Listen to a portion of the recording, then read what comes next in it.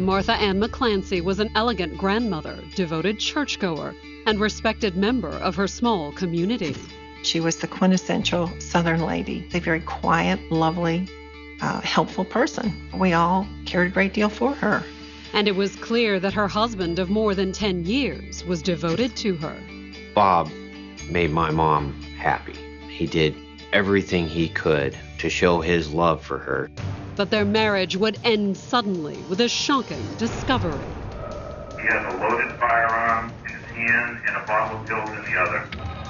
Did Bob take his own life after losing a struggle with his personal demons? Bob served in the Vietnam War, and due to that, he did have PTSD. Was there reason to suspect the man who found Bob? He was Bob's best friend, and they had become so close. He'd stolen hundreds and hundreds of thousands of dollars of taxpayer money. Or would years of suspicion and investigation reveal that Bob's devoted wife had secrets of her own? I couldn't believe that my mom would be capable of doing such a thing. Something went on in that house and it's not right.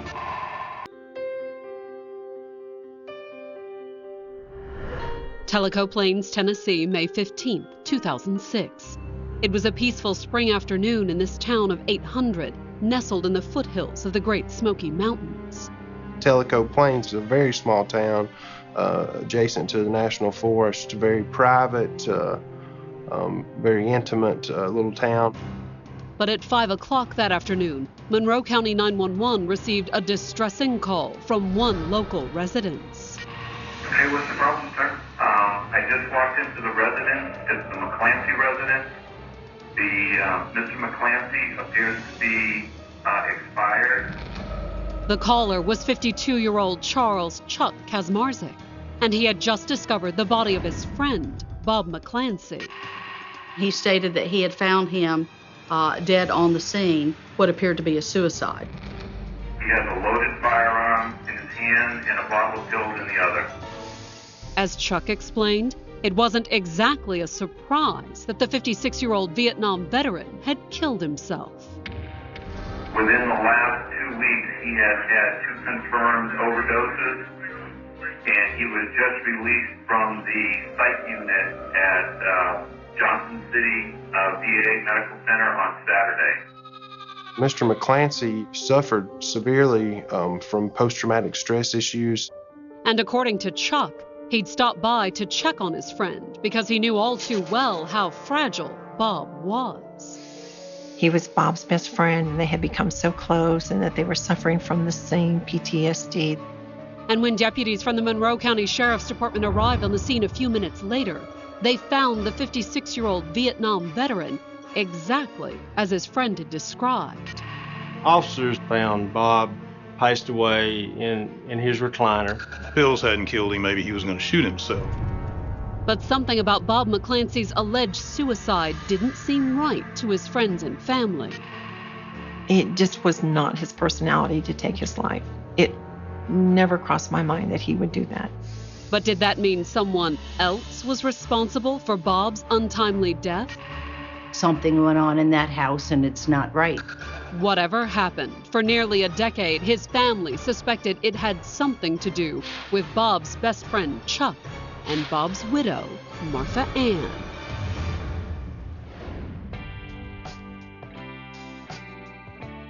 Born in 1949, Martha Ann Fry started life not far from the Smoky Mountains in Alcoa, Tennessee.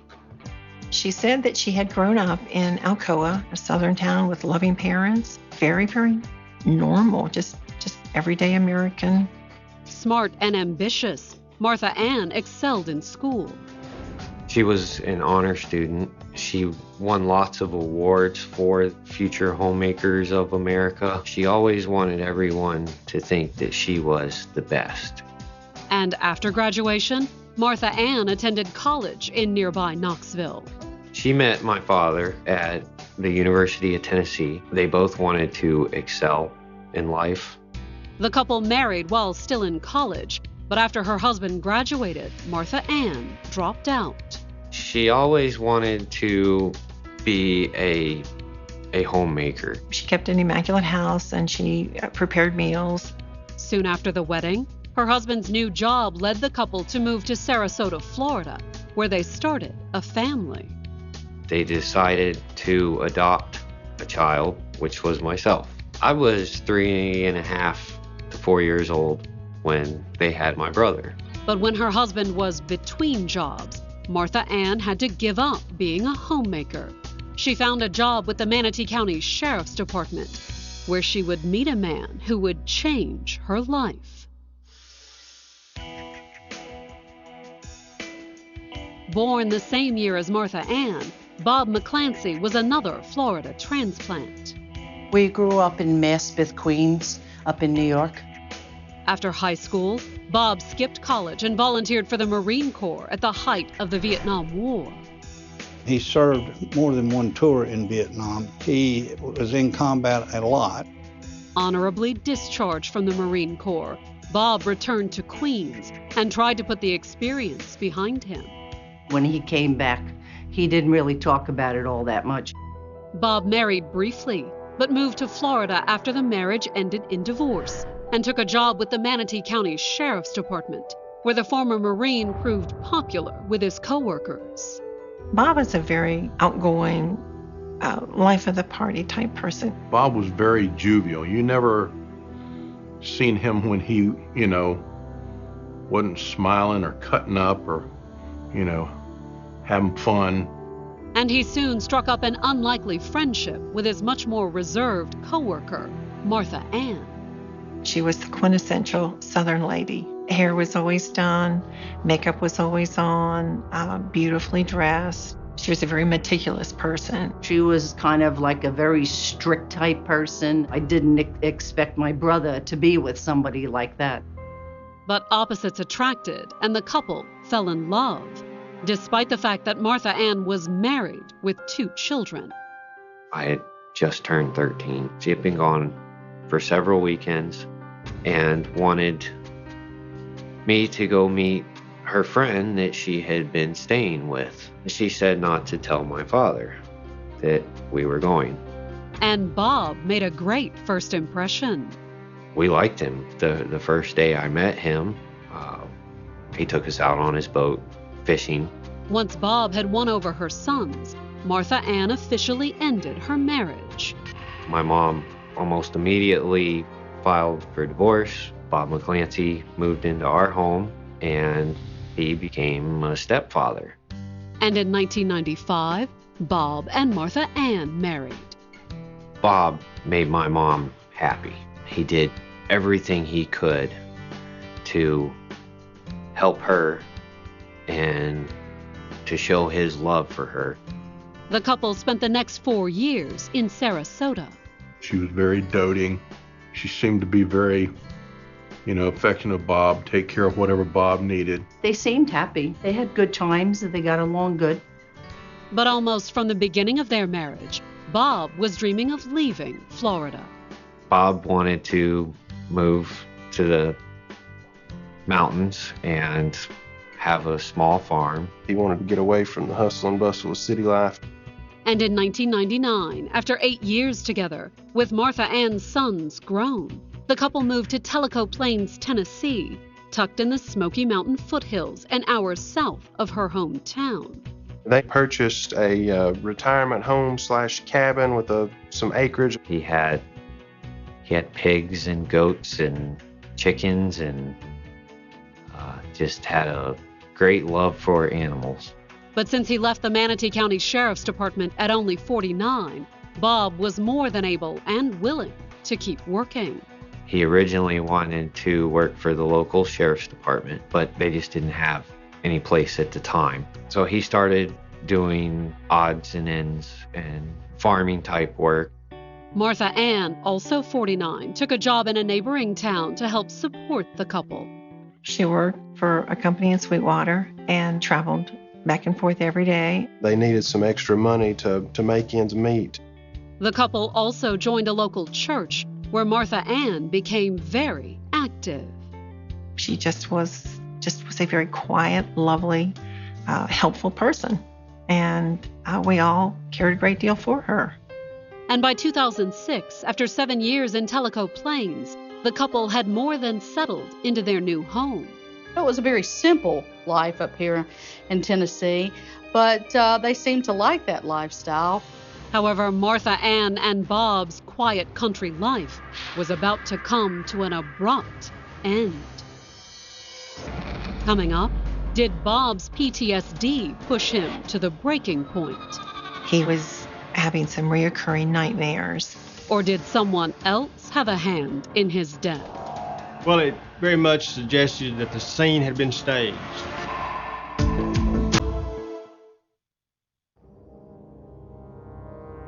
On May 15, 2006, Monroe County Sheriff's officers were investigating the possible suicide of 56-year-old Bob McClancy at his Tellico Plains, Tennessee home. He was deceased. He'd been down for some time. And the gun and pills found on his body weren't the only indication of Bob's apparent determination to end it all. Police found a do not resuscitate order on the kitchen counter. Signed by his doctors at the VA, it appeared that the Vietnam veteran may have purposely left the papers lying on the counter, just in case someone found him before it was too late. It looked to be a suicide. Bob's body was still in the house when Martha Ann rushed home from work shortly after receiving the news that her husband was dead. She got out of the car and went straight toward the house, wanting to see her deceased husband's body. They treated it as a crime scene at that point. Martha Ann was alerted when she came home and they would not let her in the house. Following standard procedure, the deputies requested that she wait outside until they finished processing the scene. The deputy actually put her in the front seat of the patrol car. And Martha Ann was still waiting in the patrol car when her friend Debbie Hartman arrived a few minutes later. I got out and ran to her, and so, here's the two of us sitting in this car just sobbing our eyes out, thinking that he's gone and we don't know what's happened. Here's a woman that I thought of as a sister, and she's just lost her husband. Hoping for some answers, the investigators were inside the house, taking a statement from the man who'd found Bob's body, Chuck Kazmarzik. A family friend and fellow veteran, Chuck told the investigators that Bob had long struggled with his years of combat in Vietnam. Bob served in the Vietnam War, and due to that, he did have PTSD. He had symptoms in dealing with that, nightmares, things of that nature. Nightmares that centered around one split-second decision that had occurred almost 40 years before in the heat of battle. He had a bad feeling about the fact he may have killed one of his own friends in a firefight. And over the last few years, his symptoms had apparently been getting worse.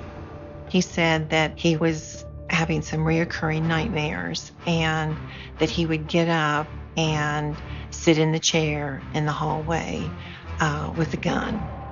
And that left Bob terrified that he could repeat his nightmare scenario all over again. He said, I'm worried that if I'm asleep and Martha Ann would get up and use the restroom, that I might come out of a dream and accidentally shoot her. In fact, Bob had been so worried about his nightmares that in 2006 he'd checked into the VA hospital in Nashville, which is where he'd met Chuck. They were roommates, I believe, at that treatment center. When they got out, Bob invited Chuck to come visit at their home in Tellico Plains. Chuck had soon taken Bob up on his offer. Bob was introducing Kazmarzik to Martha McClancy as his brother and his new best friend, and that's how the relationship started between all three of them, that they'd become friends. They saw one another regularly, too, since Chuck only lived an hour and a half away. Chuck was from Knoxville. They just became very close. It may have been a good thing Chuck was so close by. According to what Chuck told the investigators, Bob's PTSD symptoms were getting worse despite his time at the VA. His demeanor changed. He became very antagonistic, argumentative, and people knew that something was wrong with Bob, but they had no way of knowing what it was. It got so bad, according to Chuck, that Bob had rarely left the house, so he'd stepped in to lend a hand. He would come down and help do things on the property, help take care of the property, mowing, doing various things. He'd also helped Martha Ann keep an eye on Bob. And according to Chuck, he'd dropped by the house that afternoon to check on his troubled friend. He had said that he came in, found him. That's what Chuck claimed, but the investigators would soon be wondering if it was the truth. It started when, soon after talking to Chuck, one of the investigators found a digital camera inside the house. We went through the photos on the camera. And the photos on the memory card were of Bob's body slumped in the chair. There was photos of him without the pistol and the medication bottle, and then there was pictures of him just the pistol, and then there was pictures of him with the pistol and medication bottle, and then the final picture was pretty much what we walked into and saw for ourselves. And since Bob couldn't have photographed his own suicide, the photos could only mean one thing. Well, it very much suggested that the scene had been staged. But who would try to make Bob's death look like a suicide, and why? The investigators were determined to find out. And since the camera belonged to Chuck, their next step was obvious. Sheriff Watson walks out with Chuck Kaczmarzyk in handcuffs, literally right past where we were sitting in the car. And then Martha Ann goes ballistic about, well, why are they arresting him? She says Chuck was his best friend. Chuck would never do anything to harm Bob. Never. But to investigators, the photos of Bob's body made it look like his best friend knew much more about Bob's death. We did confront him about it.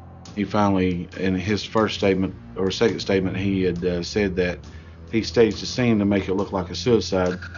However, Chuck was adamant that Bob was already dead when he dropped by the house.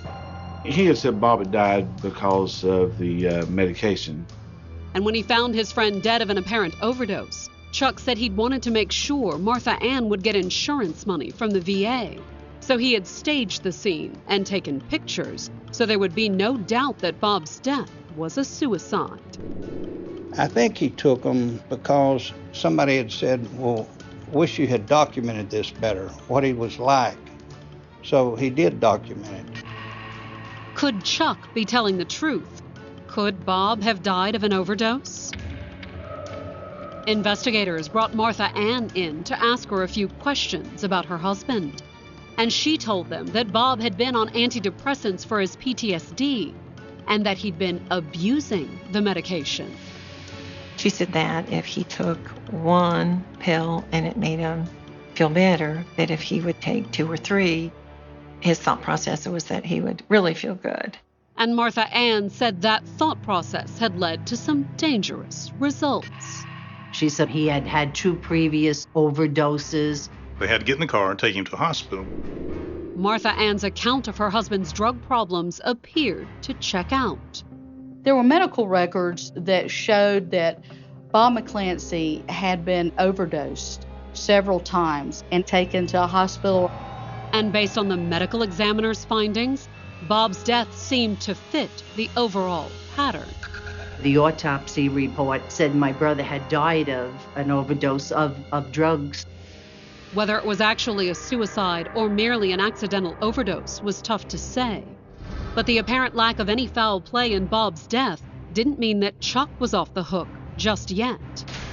He was charged with tampering with evidence. Martha Ann was incensed by the charges and tried to rally support for Bob's friend. She's angry that Chuck had been arrested, and she was trying to find Chuck an attorney. But in the end, the charges were dropped. Those charges were dismissed because the Monroe County Sheriff's Department did not have a search warrant when they initially looked at those photos on the camera. And with that, any investigation into Bob's death and its aftermath quietly died. Coming up, Martha Ann tries to rebuild her life. You hear people in the communities talking. And her son makes a troubling discovery. My mom had a lot more to do with this.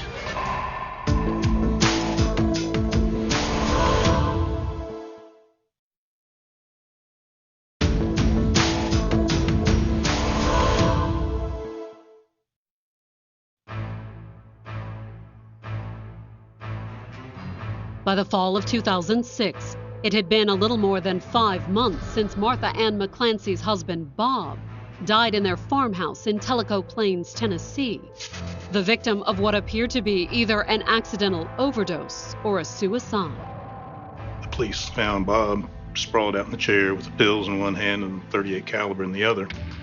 After Bob's death, his close friend Chuck Kaczmarzyk remained a frequent visitor to the farm. She was having to take care of this large property and all of these animals. He would come to the house and help her. And while it seemed natural for Chuck to help his friend's widow, his constant presence began to raise some eyebrows. At first I thought just friends, and then you hear people in the communities talking. I could see there was something going on there. The two of them were together, not just consoling one another, not just helping each other through the grief process, that they were actually together as a couple. Before long, they didn't even try to hide it. They got married that fall. Coming just 5 months after her brother's death, the marriage made Bob's sisters suspicious of Martha Ann. Had her relationship with Chuck started while Bob was still alive? And if so, did it have anything to do with Bob's death? This was not the Martha Ann that I knew. This does not make sense. The different things that she's telling you, you have to face fact that she was involved in it. The Monroe County authorities were suspicious too, but with the photos of Bob's body ruled inadmissible, and without any other evidence of foul play, there was little they could do. Law enforcement was not able to go forward with any type of prosecution. Free to make a fresh start, Martha Ann and Chuck bought a motor home and spent the next several years traveling. They would tour the country in this expensive motorhome and take cruises and live a very lavish lifestyle, just going from one reunion to another. Speaking at events and giving seminars and advice to veterans based on all of his experiences and credentials. Chuck's credentials certainly sounded impressive. 2 Purple Hearts, 2 Distinguished Flying Crosses, and 2 Silver Stars earned during his years in the Air Force. The Silver Star is probably the second highest award for valor in the military. He was this decorated war hero. And wherever her war hero went, Martha Ann was always along for the ride. I didn't see very much of my mom. She would always be traveling. But their cross-country travels were about to come to an abrupt end. The trouble began with something Chuck said while regaling one veterans group with tales of his exploits in Vietnam. He was telling his stories about how he had earned combat awards from the Vietnam operation that were classified awards. There is no such thing as a classified decoration or award. Suspicious of Chuck's claims, one of the veterans in the audience contacted the VA, which quietly began looking into the matter. The investigation was launched by Air Force Special Operations Command. And the investigation revealed that all of Chuck's medals were fake. Chuck was never wounded. He was never shot at. He manufactured his own false orders, special orders, to award him all these decorations.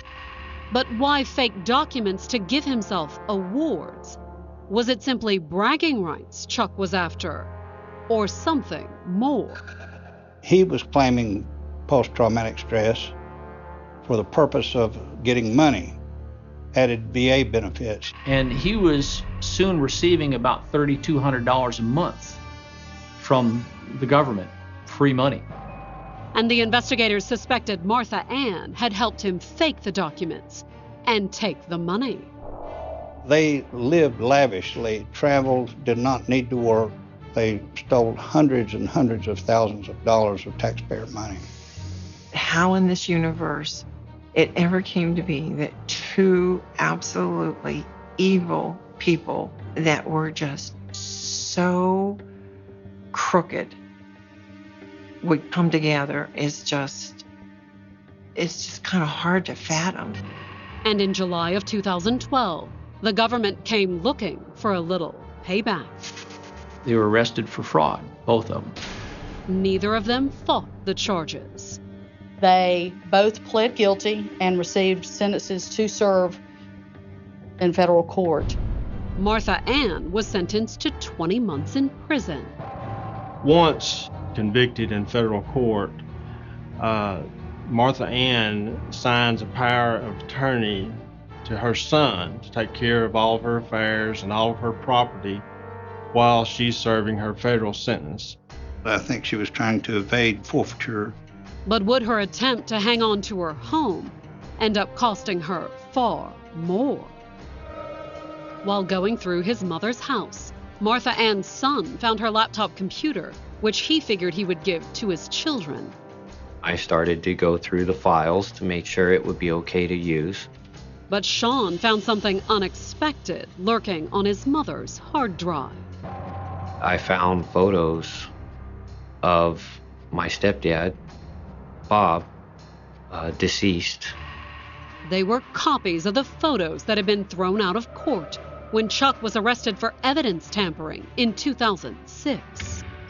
They were disturbing. His body seemed to be moved around. There were things that did not look normal. But why would the photos, which had been confiscated by police, be on Martha Ann's computer? Did the fact that Martha Ann had the pictures mean Chuck hadn't acted alone? I didn't know that my mom had anything to do with these pictures. Could the pictures mean his mother had been involved in Bob McClancy's death? Concerned, Sean contacted the authorities. I realized this is not something that I or my family should be looking at. The Monroe County authorities reopened the case because the implication that Martha Ann might have helped Chuck pointed to the possibility that together they had done more than just stage the scene after Bob's death.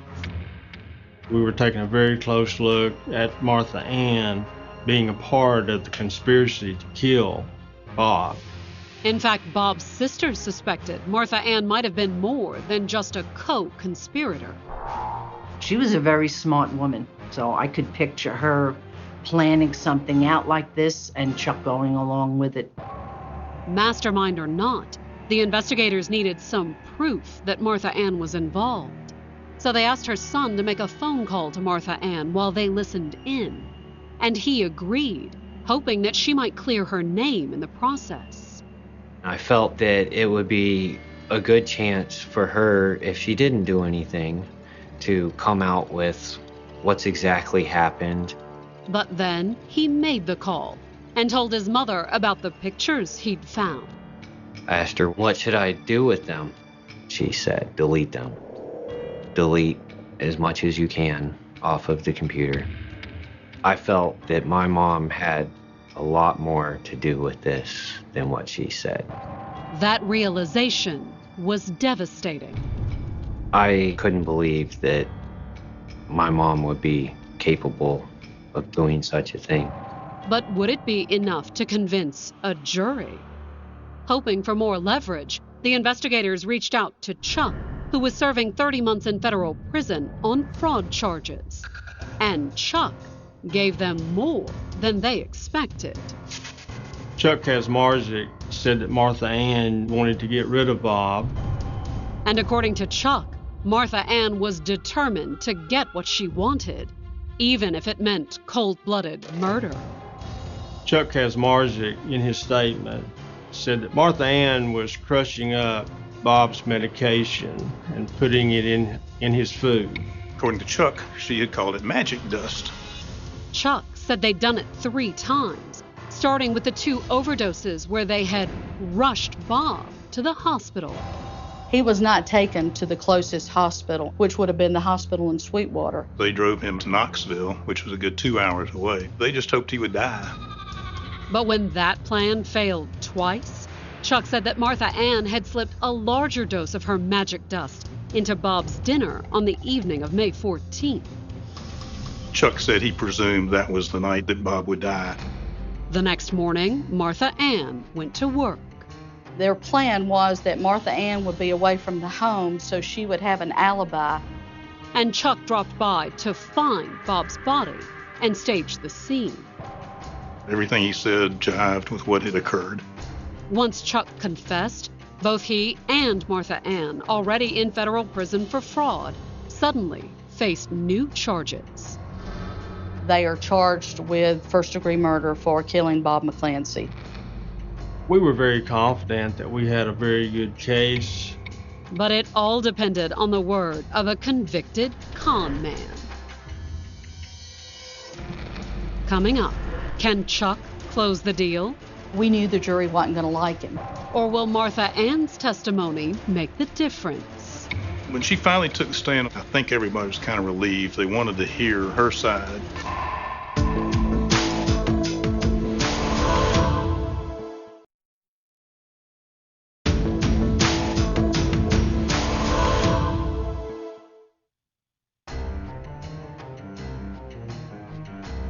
On November 16, 2015, Martha Ann McClancy went on trial for murder in Monroe County, Tennessee.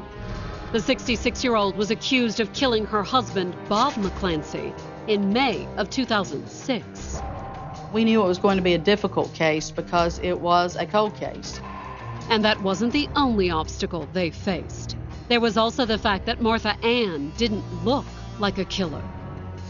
She comes walking in with a walker. She was just grandmotherly. She was very well-spoken and calm and nice. She was trying to come off as this little innocent person. But according to the prosecution's opening statement, Martha Ann's grandmotherly exterior was precisely what made her so deadly.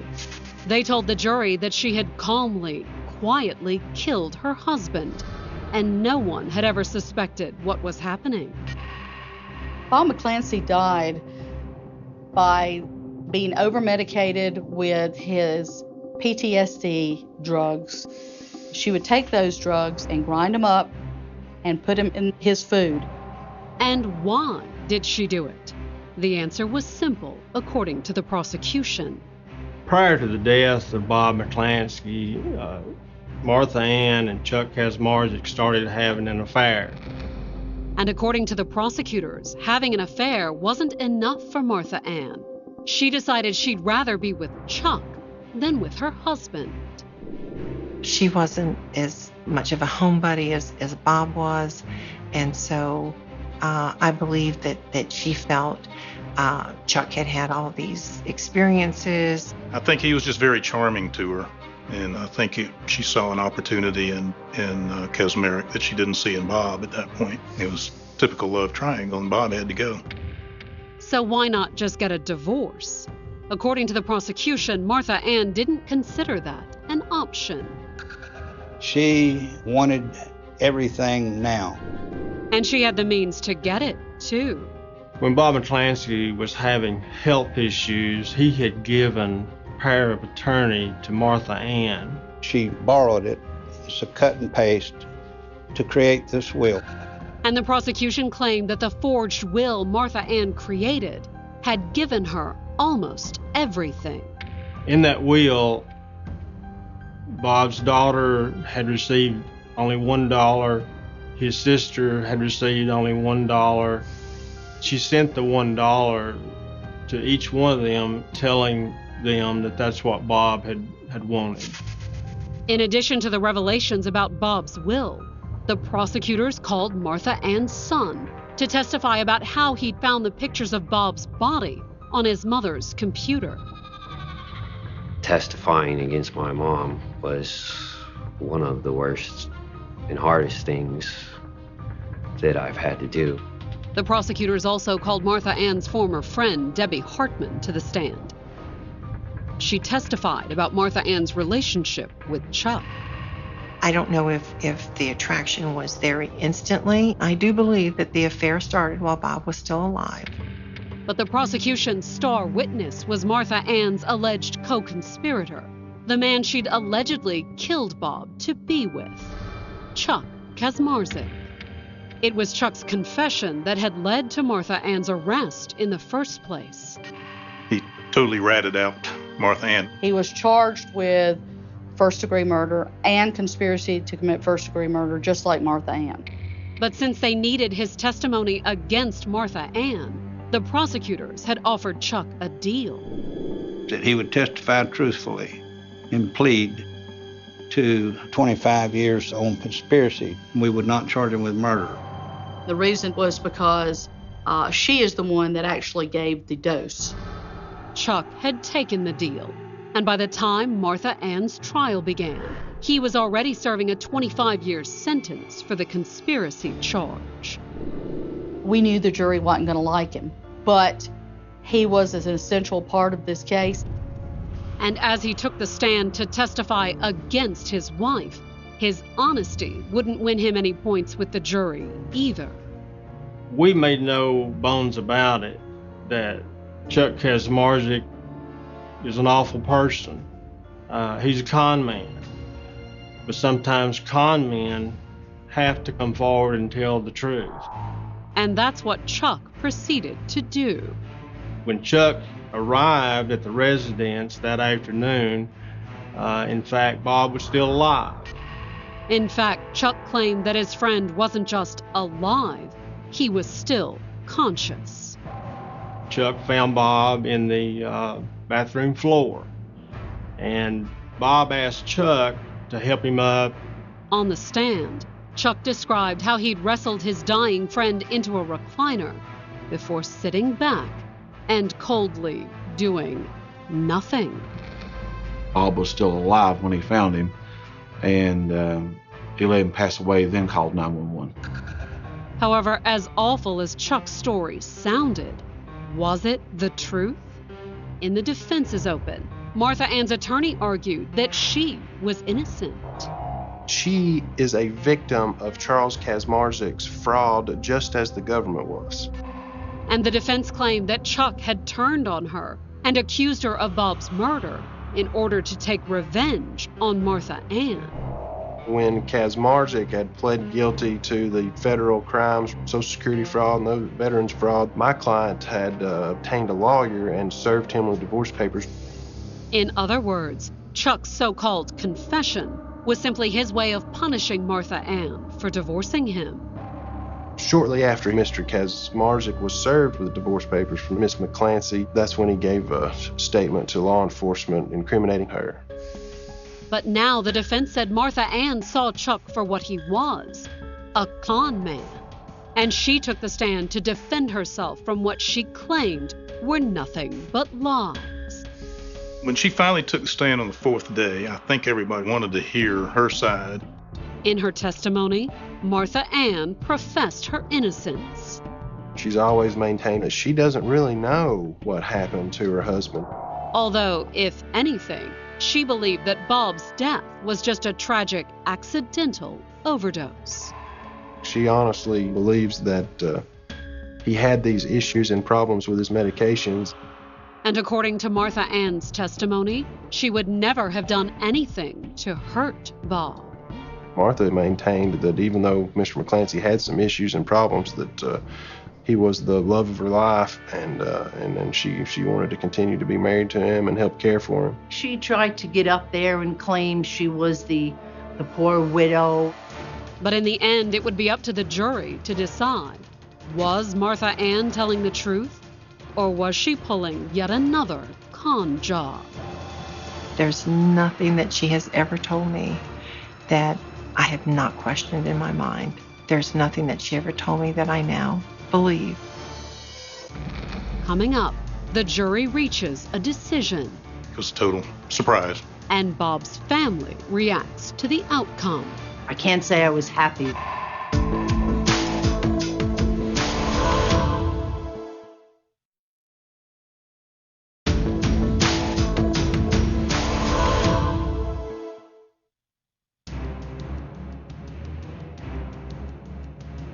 On November 20th, 2015, the jury announced a verdict in Martha Ann McClancy's murder trial. The 66-year-old grandmother was accused of killing her husband, Bob, with an intentional drug overdose. She slowly murdered this man for the purpose of money and for the purpose of an affair with another man. The other man was Chuck Kaczmarzyk, her lover turned husband, and the prosecution's star witness.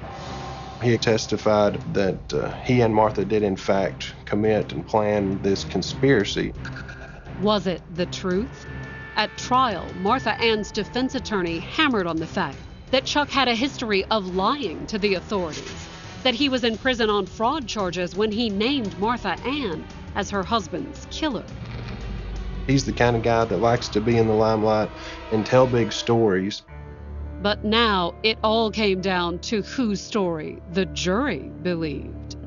The jury stayed out a long time, overnight, and that was a bad night. We felt like we could lose it easily. And when the verdict was read, those worries appeared to be well-founded. The jury dismissed the murder charge. But did that mean the jury thought she was innocent? The jury found her guilty of a lesser included offense of attempted murder. The jury also found Martha Ann guilty of conspiracy to commit murder.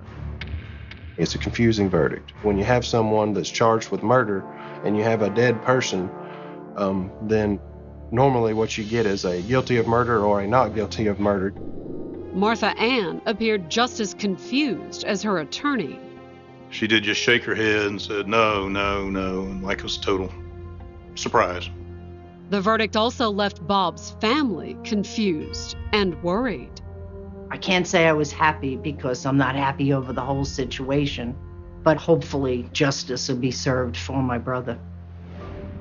It all depended on the outcome of Martha Ann's sentencing hearing on June 24, 2016. And when the time came, the judge gave her the maximum that the law allowed. 2 consecutive 25-year sentences. And in his remarks, the judge left no doubt that it was what Martha Ann deserved.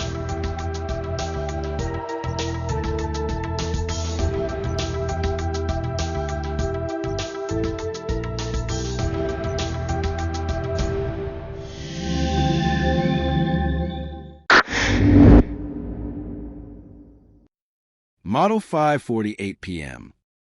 Thinking thoughts. Auto. Expand to view model thoughts. Chevron understrike.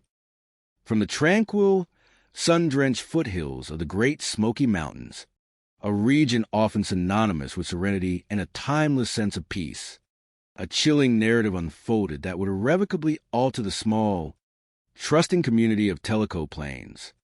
This is a story that peels back layers of meticulously crafted deceit, exposing the calculated depths of human malevolence hidden beneath a facade of grace and devotion.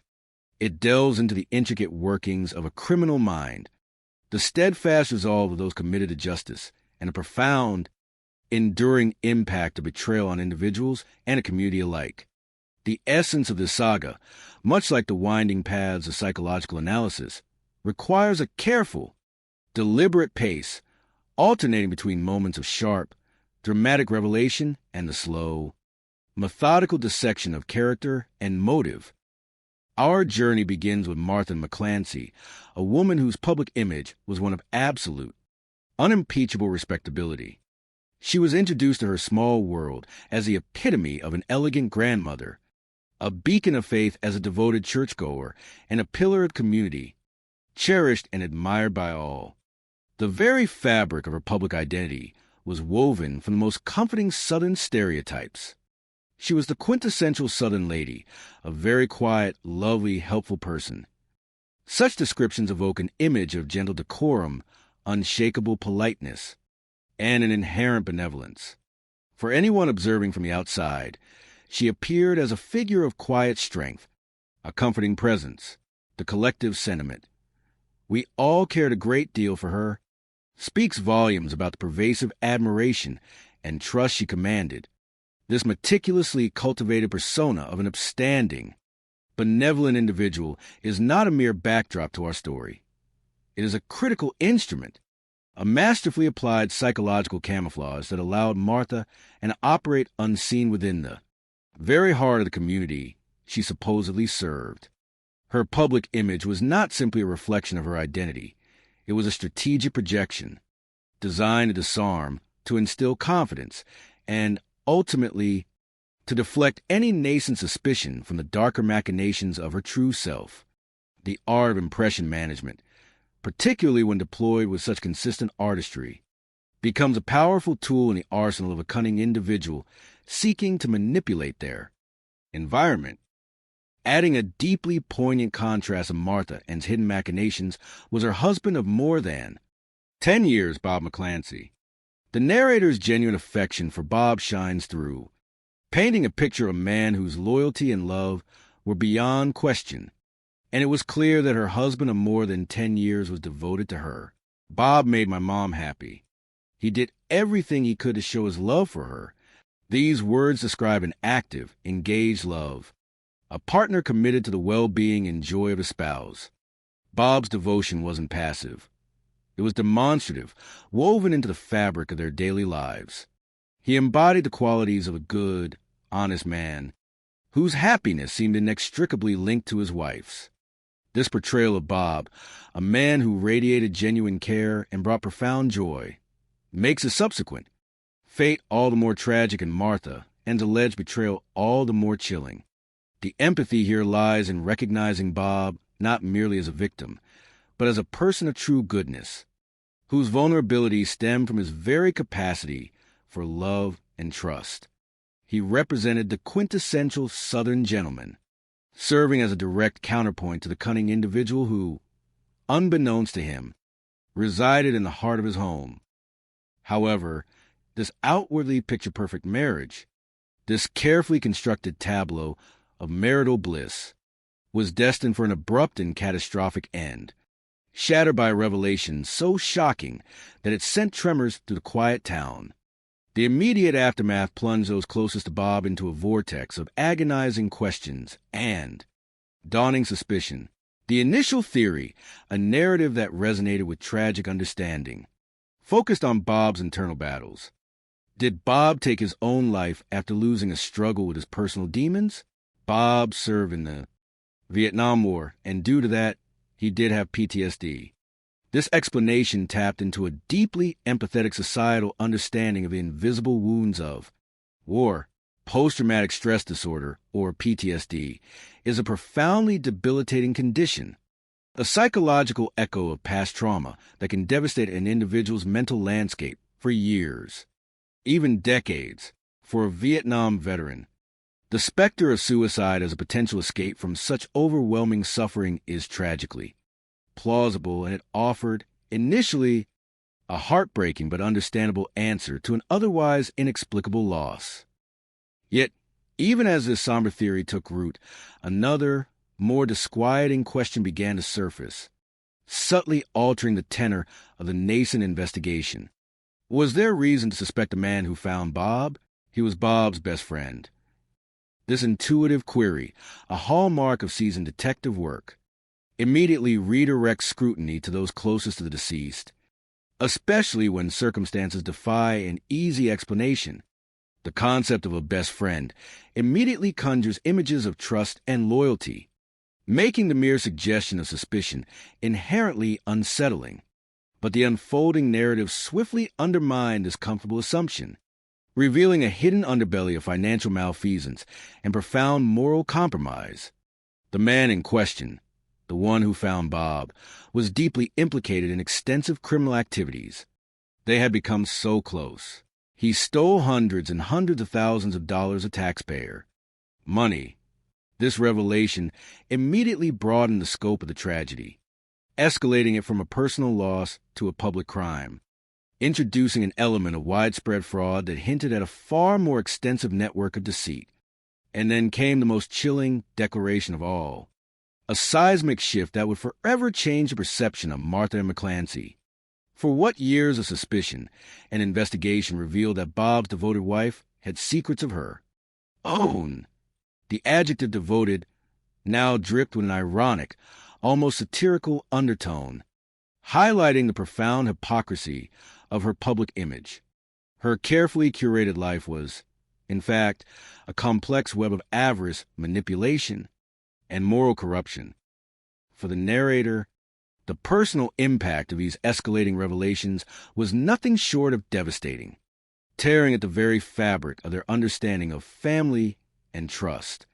I couldn't believe that my mom would be capable of doing such a thing.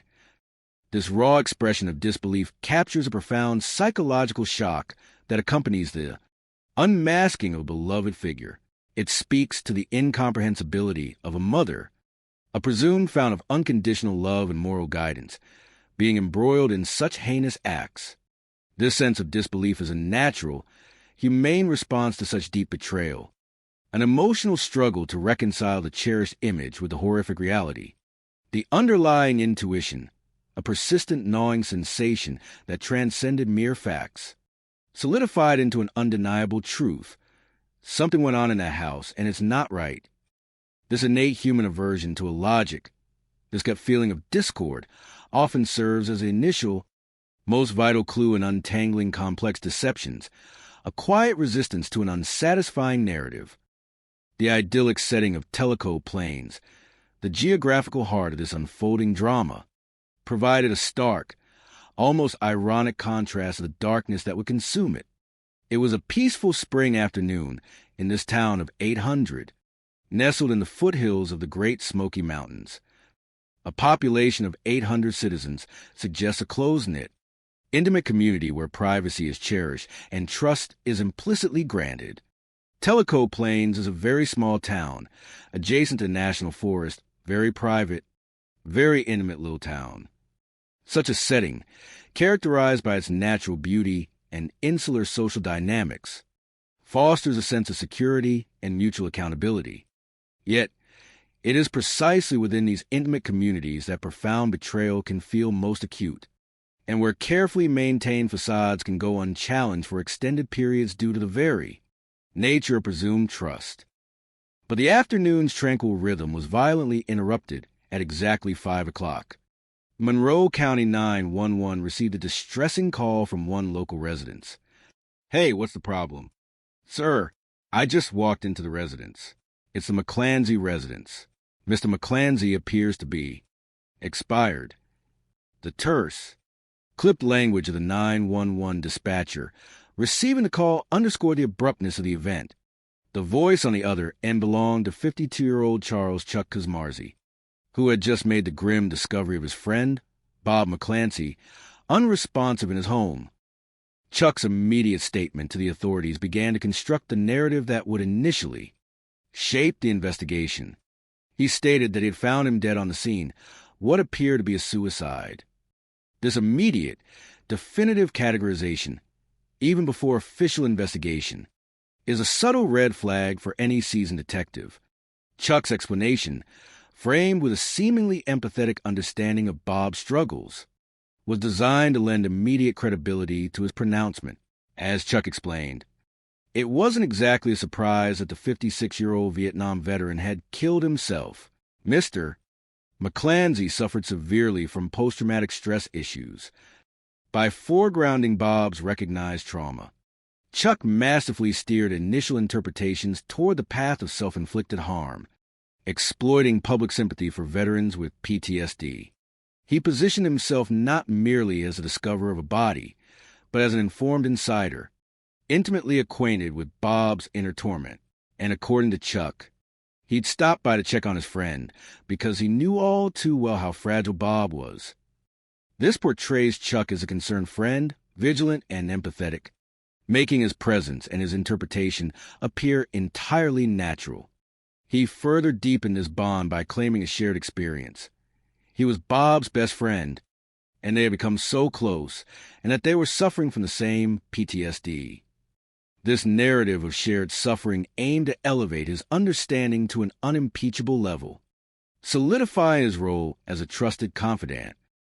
When deputies from the Monroe County Sheriff's Department arrived on the scene a few minutes later, their initial observations seemed to corroborate Chuck's account, at least superficially. Officers found Bob passed away in his recliner. This position is not uncommon in suicides or accidental overdoses. The initial report also mentioned the pills hadn't killed him. Maybe he was going to shoot himself, suggesting the presence of both medication bottles and a firearm near Bob's body, further bolstering the suicide theory. On the surface, the scene presented itself as a tragic testament to a veteran succumbing to the overwhelming burden of his unseen wounds. Yet, Despite the seemingly coherent picture, a powerful undercurrent of doubt began to stir among those who knew Bob best. It was an intuitive, deeply felt resistance to the official narrative, a sense that something was profoundly amiss. But something about Bob McClancy's alleged suicide didn't seem right to his friends and family. This intuitive disconnect, often a harbinger of deeper truths, stemmed from years of intimate knowledge of Bob's spirit and character. It just was not his personality to take his life. It never crossed my mind that he would do that. This familial intuition is a potent form of evidence, albeit initially unquantifiable. It represents the quiet, yet insistent, refusal of those who genuinely understood Bob to accept a convenient, though devastating, explanation that clashed with their fundamental understanding of him. This persistent familial doubt inevitably led to a chilling question, one that pierced the veil of superficial appearances and hinted at darker possibilities. But did that mean someone else was responsible for Bob's untimely death? Something went on in that house, and it's not right. Whatever happened, the human conscience, unwilling to accept a palatable lie, demanded a deeper truth. For nearly a decade, this intuitive suspicion festered, a silent, unyielding conviction that would continue to exert its influence over the passage of time. The focus of this lingering suspicion gradually sharpened, converging on the two individuals whose lives were most intimately intertwined with Bob's tragic. And, for nearly a decade, his family suspected it had something to do with Bob's best friend, Chuck, and Bob's widow, Martha, and this foreshadowing signals a protracted, arduous pursuit of justice, underscoring the tenacity and patience required when deep-seated betrayals conceal a sinister truth. To truly comprehend the insidious layers of deception that shrouded Bob McClancy's death, one must first understand Martha and the elegant grandmother whose outwardly pristine image so starkly contrasted with her true nature. Born in 1949 as Martha Fry, her early life, she claimed, was rooted in Alcoa, Tennessee, a setting she painted as idyllic and thoroughly wholesome. She said that she had grown up in Alcoa, a southern town with loving parents, very, very normal, just everyday American. This carefully constructed origin story was fundamental to her public persona, lending her an air of unblemished, conventional virtue. For individuals adept at profound deceit, the fabrication of a respectable backstory is often a primary step in building an impregnable facade. From an early age, Martha demonstrated qualities often associated with success and ambition. Smart and ambitious, Martha excelled in school. These were traits she openly cultivated, striving for excellence in all her endeavors. She was an honor student. She won lots of awards for Future Homemakers of America. The irony of these accolades, particularly the latter, would become starkly evident years later. A woman lauded for her skills in creating a harmonious and nurturing home would ultimately be accused of systematically destroying one through malevolent intent. This early drive for external recognition, this desire to be perceived as exemplary, hinted at a deeper psychological need. She always wanted everyone to think that she was the best. This powerful craving for validation, for public adoration, and perceived superiority is a critical insight into Martha and psychological makeup. It suggests an underlying insecurity masked by a relentless pursuit of control over external perceptions. Such a personality is often capable of extraordinary meticulousness and calculated deception, all fueled by the intense desire to maintain their elevated status in the eyes of the world. After graduating from high school, Martha pursued higher education, attending college in nearby Knoxville. It was there that she met a significant figure in her early adult life. She met my father at the University of Tennessee. Their connection was ostensibly forged by shared aspirations. They both wanted to excel in life.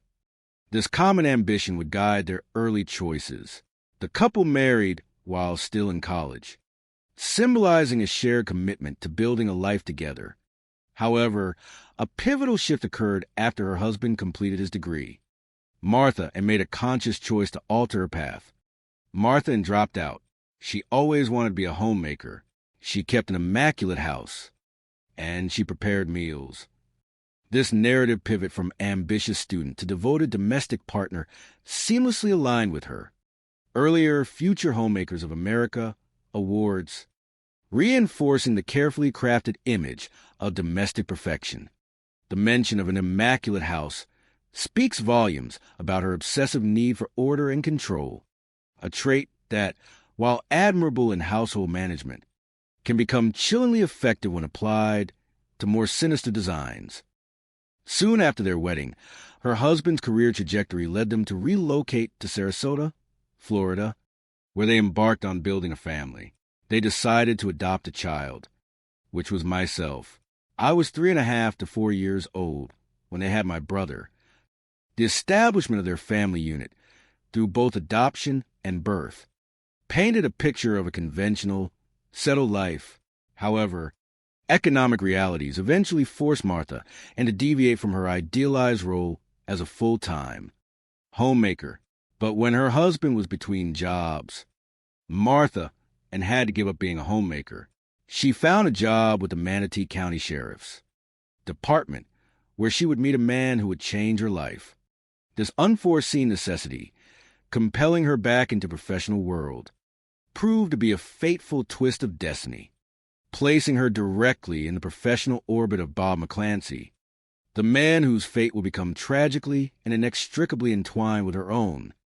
Bob McClancy, born in the same year as Martha Ann, brought a distinctly different life story to their eventual meeting.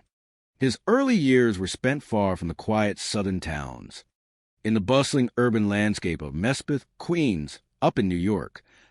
This stark contrast in upbringing, urban grit versus rural grace, hints at the diverse experiences that would eventually bring them together. After completing high school, Bob made a choice that would define a significant portion of his life, a choice made at a tumultuous time in American history.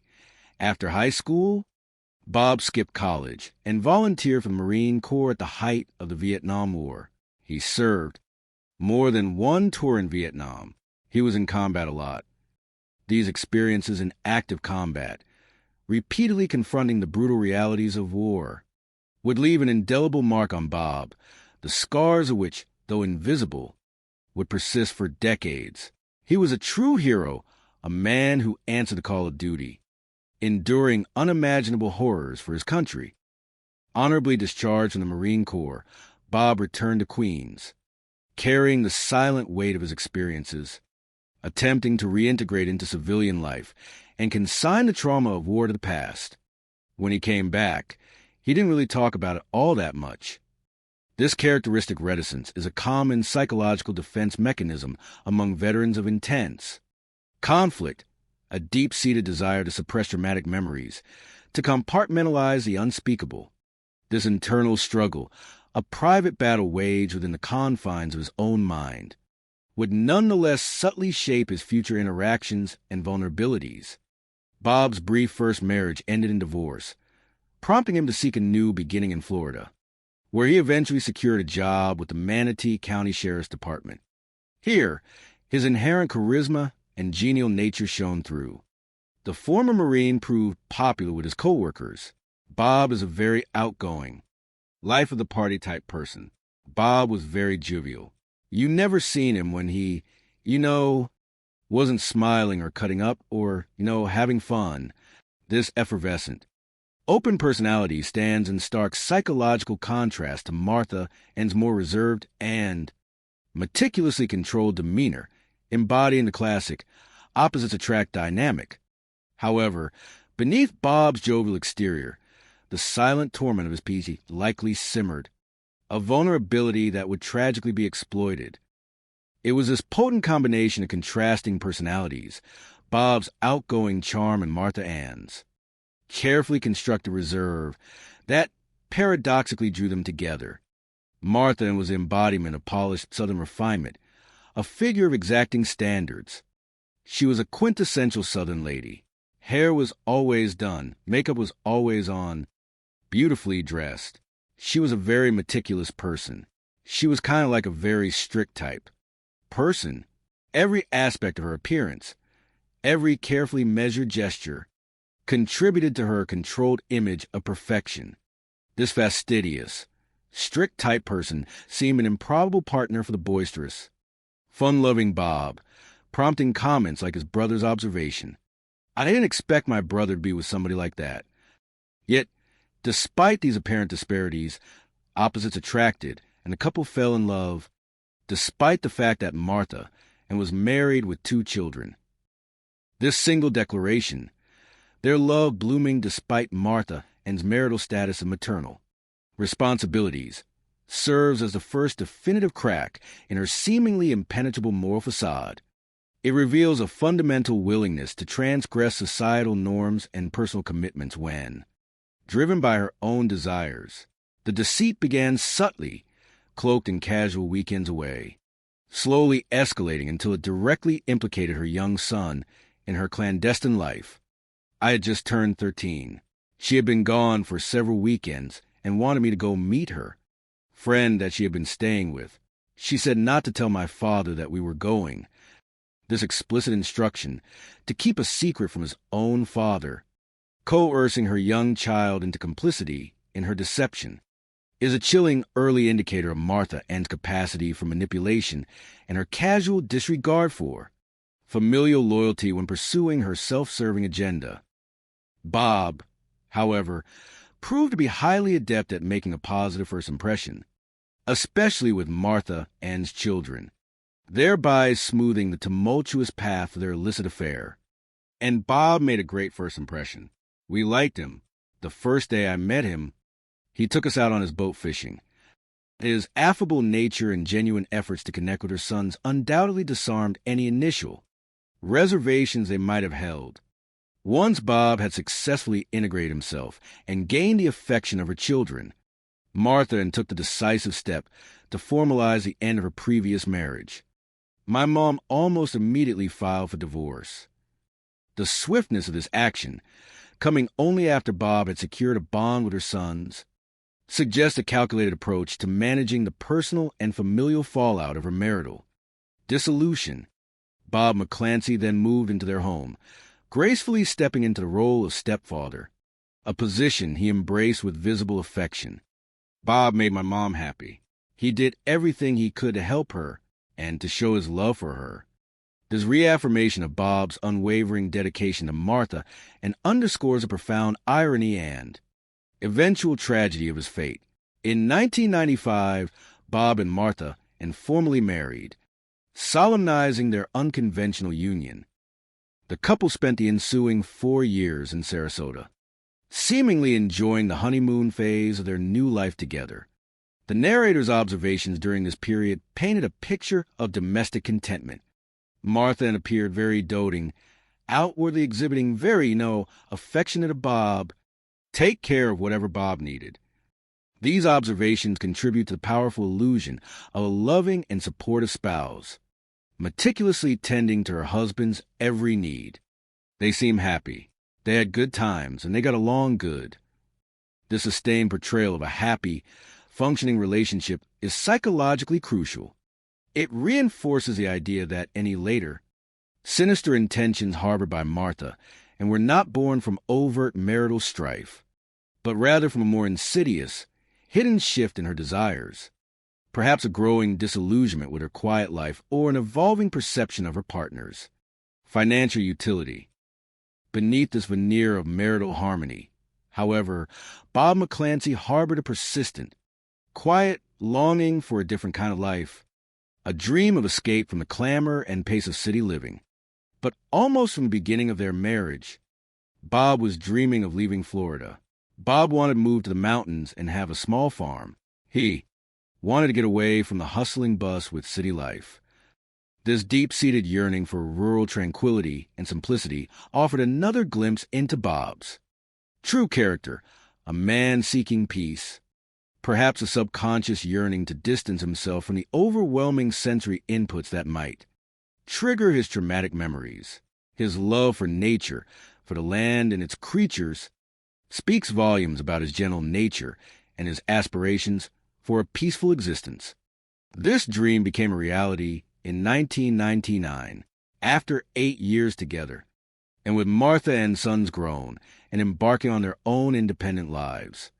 The couple made a significant decision. They relocated to Tellico Plains, Tennessee, specifically to fulfill Bob's long-cherished dream. The town, nestled in the majestic Smoky Mountain foothills, just an hour south of Martha Ann's hometown, offered the quintessential country lifestyle. They purchased a retirement home/cabin with some acreage. He had pigs and goats and chickens, and just had a great love for animals. This idyllic scene, the small farm, the affection for animals, underscored Bob's fundamental goodness and his pursuit of simple, heartfelt happiness, an aspiration that would be tragically cut short. Despite his move to what he hoped would be a serene retirement, Bob, having retired from a Manatee County Sheriff's Department at the relatively young age of 49, was far too able-bodied and energetic to embrace complete idleness. Bob was more than able and willing to keep working. He originally wanted to work for the local Sheriff's Department, but they just didn't have any place at the time. So he started doing odds and ends and farming type work.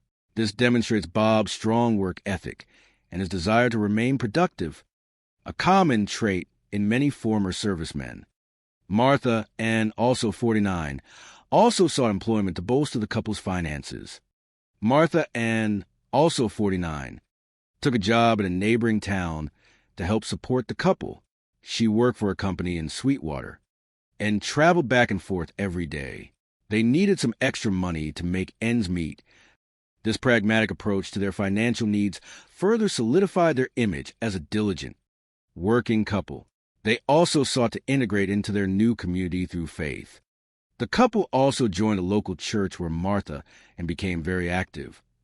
Her consistent and visible engagement with church activities was another deliberate reinforcement of her public persona as a devout, respected, and contributing member of the community, a masterstroke in cultivating an appearance of unimpeachable character. By 2006, after 7 years establishing themselves in Tellico Plains, the couple appeared to have more than comfortably settled into their new home and adopted lifestyle. It was a very simple life up here in Tennessee, but they seemed to like that lifestyle.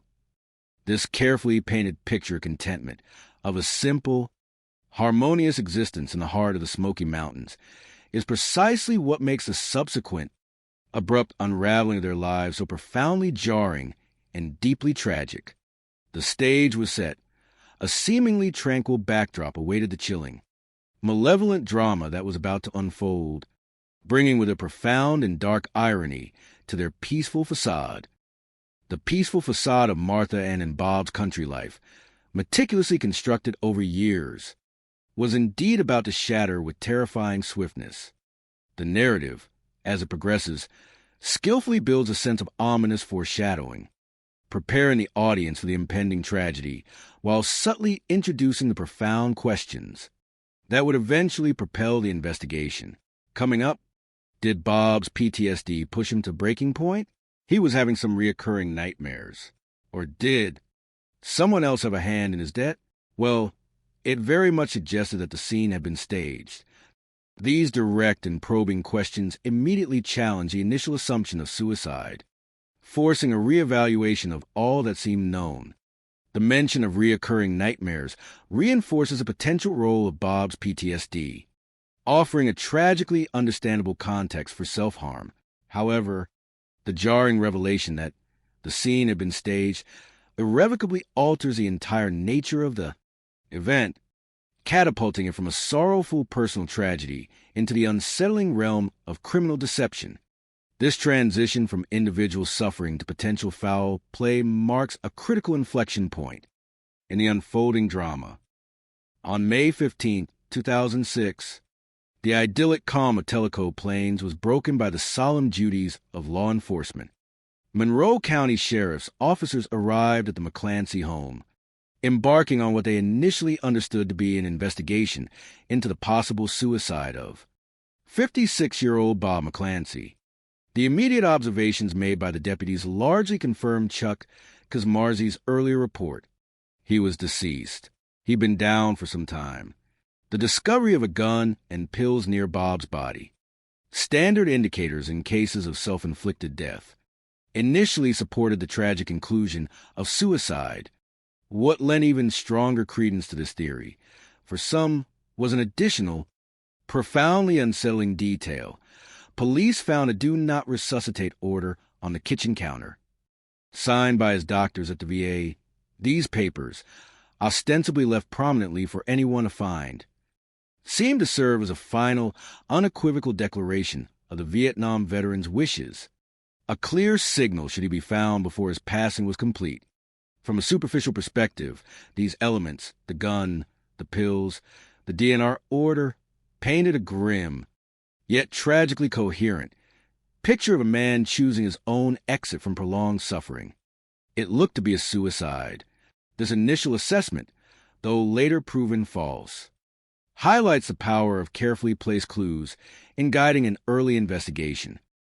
Bob's body, carefully preserved as evidence, remained within the sanctity of his home as a designated crime scene when Martha Ann, having received the devastating news of her husband's death, rushed home from work. Her reaction, at least outwardly, was one of intense grief and urgent desperation. She got out of the car and went straight toward the house, wanting to see her deceased husband's body. This is a profoundly natural, visceral reaction for a grieving spouse. A desperate need for proximity, for a final glimpse of a loved one. However, adhering to rigorous standard procedure, the deputies meticulously maintained the integrity of the crime scene, a crucial step in any thorough investigation. They treated it as a crime scene at that point. Martha and was alerted when she came home, and they would not let her in the house. Following standard procedure, the deputies requested that she wait outside until they finished processing the scene. To manage her distress and maintain the secure perimeter, the deputy actually put her in the front seat of the patrol car. This detail creates a poignant image of Martha and, sequestered and observed, her public display of anguish perhaps beginning to subtly clash with more nuanced psychological cues. Picked up by the vigilant officers, Martha and was still seated in the patrol car, a figure of apparent grief, when her friend Debbie Hartman arrived a few minutes later, drawn by the distressing news. Debbie's arrival added another layer of emotional complexity to the scene. I got out and ran to her, and so, here's the two of us sitting in this car, just sobbing our eyes out thinking that he's gone and we don't know what's happened. This raw portrayal of shared sorrow underscores the power of Martha and's carefully cultivated persona. She effortlessly elicited profound sympathy even under the most scrutinized and tragic circumstances. Debbie's genuine empathy resonated deeply. Here's a woman that I thought of as a sister, and she's just lost her husband. This moment exemplifies how deep-seated trust and perceived relationships can blind even close friends underlying duplicity. While Martha Ann outwardly mourned, inside the house, investigators pursued critical answers. They were diligently taking a statement from the man who had discovered Bob's body, Chuck Kaczmarzyk, described as both a family friend and, importantly, a fellow veteran. Chuck reiterated his carefully constructed narrative to the investigators. He eloquently detailed Bob's long-standing struggle with the profound psychological toll of his years in combat. Chuck told the investigators that Bob had long struggled with his years of combat in Vietnam. Bob served in the Vietnam War, and due to that he did have PTSD. He had symptoms in dealing with that, nightmares, things of that nature. Chuck spoke with an air of deep intimacy, as if privy to Bob's darkest internal torments. He elaborated on Bob's nightmares, explaining that they centered around a specific, agonizing memory from nearly 40 years prior, a split-second decision made under unimaginable pressure. Nightmares that centered around one split-second decision that had occurred almost 40 years before. In the heat of battle, he had a bad feeling about the fact he may have killed one of his own friends in a firefight. This deeply personal and profoundly traumatic detail lent immense, almost irrefutable, credibility to Chuck's portrayal of Bob's fragile mental state, guiding the investigators towards a suicide hypothesis. Over the past few years, according to Chuck, Bob's symptoms have become increasingly severe and debilitating. And over the last few years, his symptoms had apparently been getting worse. He said that he was having some reoccurring nightmares and that he would get up and sit in a chair in the hallway with a gun. This chilling detail suggested a man teetering on the precipice, his trauma manifesting in behaviors that were not only self-destructive but potentially dangerous to others. Bob, according to Chuck, was utterly terrified that he might inadvertently repeat his nightmare scenario, projecting his combat trauma onto his domestic life. And that left Bob terrified that he could repeat his nightmare scenario all over again. He said, "I'm worried that if I'm asleep in Martha and would get up and use the restroom that I might come out of a dream and accidentally shoot her." This narrative painted Bob as a tragic figure, consumed by an understandable fear of harming his beloved wife, thereby further rationalizing any desperate, self-inflicted action. Chuck recounted how Bob's escalating anxieties had led him to seek help at the VA hospital in Nashville in 2006, a critical event that became the nexus of his connection with Chuck. It was there, amidst shared struggles, that their bond was purportedly forged. They were roommates, I believe, at that treatment center. This shared experience provided a powerful, sympathetic foundation for their burgeoning friendship. Upon their discharge, Bob, in his naturally convivial and generous manner, had extended an invitation to Chuck. When they got out, Bob invited Chuck to come visit at their home in Tellico Plains. Chuck, ever opportunistic, quickly accepted this offer, making his way to the quiet mountain town. Chuck had soon taken Bob up on his offer. His integration into Bob and Martha Ann's life was swift and deep. Bob was introducing Kaczmarczyk to Martha McClancy as his brother and his new best friend. This introduction was strategically crucial, elevating Chuck to a position of profound intimacy and trust within the McClancy household, a bond that would soon become profoundly destructive. And that's how the relationship started between all three of them, that they'd become friends. Their physical proximity further cemented this relationship. As Chuck resided only an hour and a half away in Knoxville, they just became very close. This closeness, superficially seen as supportive, was a deep fissure beginning to form within the McClancy household. According to Chuck's smooth and seemingly credible account to the investigators, his physical proximity had been nothing short of a godsend, a lifeline for Bob, whose PTSD symptoms were allegedly worsening with alarming rapidity despite his recent time at the VA. According to what Chuck told the investigators, Bob's PTSD symptoms were getting worse despite his time at the VA. His demeanor changed. He became very antagonistic, argumentative. This portrayal depicted a man in a rapid psychological decline, providing further justification for Bob's ultimate despair. And people knew that something was wrong with Bob, but they had no way of knowing what it was. This assertion carefully positioned Chuck as the enlightened, empathetic observer, someone who understood the depth of Bob's turmoil. The situation, according to Chuck, had deteriorated to such an extent that Bob rarely left the house, compelling Chuck to step in and offer assistance. It got so bad, according to Chuck, that Bob had rarely left the house. So he'd stepped in to lend a hand. He would come down and help do things on the property, help take care of the property, mowing, doing various things. These actions skillfully presented Chuck as a compassionate benefactor, a steadfast pillar of support for his troubled friend and his grieving wife. He further claimed to have regularly helped Martha and keep an eye on Bob, and it was this deep-seated concern for his friend that had purportedly led Chuck to McClancy residence that fateful afternoon, and according to Chuck, he dropped by the house that afternoon to check on his troubled friend. He had said that he'd come in and found him. This comprehensive narrative, consistent and emotionally resonant, initially seemed to confirm the tragic, yet understandable, Suicide of veteran overwhelmed by his invisible wounds. But the most meticulously constructed narratives, particularly those built on a foundation of deceit, are prone to revealing hairline fractures under the persistent scrutiny of a determined investigation. Chuck's eloquent story, while initially compelling, would soon be subjected to profound doubt. The first significant tremor of truth began with a seemingly innocuous discovery made by one of the investigators. Shortly after his conversation with Chuck, a digital camera was found inside the McClancy home. This everyday object, seemingly out of place in a death investigation, was about to become the linchpin of the case, revealing a horrifying, premeditated deception. We went through the photos on the camera.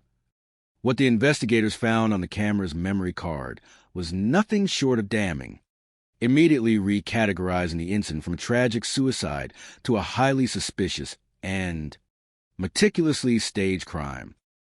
And the photos on the memory card were of Bob's body slumped in the chair. There was photos of him without the pistol and the medication bottle. And then there was pictures of him, just a pistol. And then there was pictures of him with the pistol and the medication bottle. And then the final picture was pretty much what we walked into and saw for ourselves. This chronological sequence of images, a chilling progression from Bob's inert body to the carefully arranged tableau of suicide, shattered the illusion. It presented irrefutable proof of a deliberate manipulation of the crime scene. The photographic evidence explicitly showed a step-by-step construction of a suicide scene, evolving with chilling precision.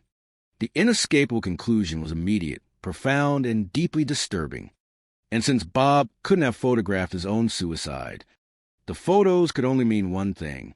Well, it very much suggested that the scene had been staged. This concise, analytical conclusion transformed the entire trajectory of the investigation. The staging of a crime scene is a classic psychological signature of a perpetrator attempting to control the narrative, mislead authorities, and escape accountability.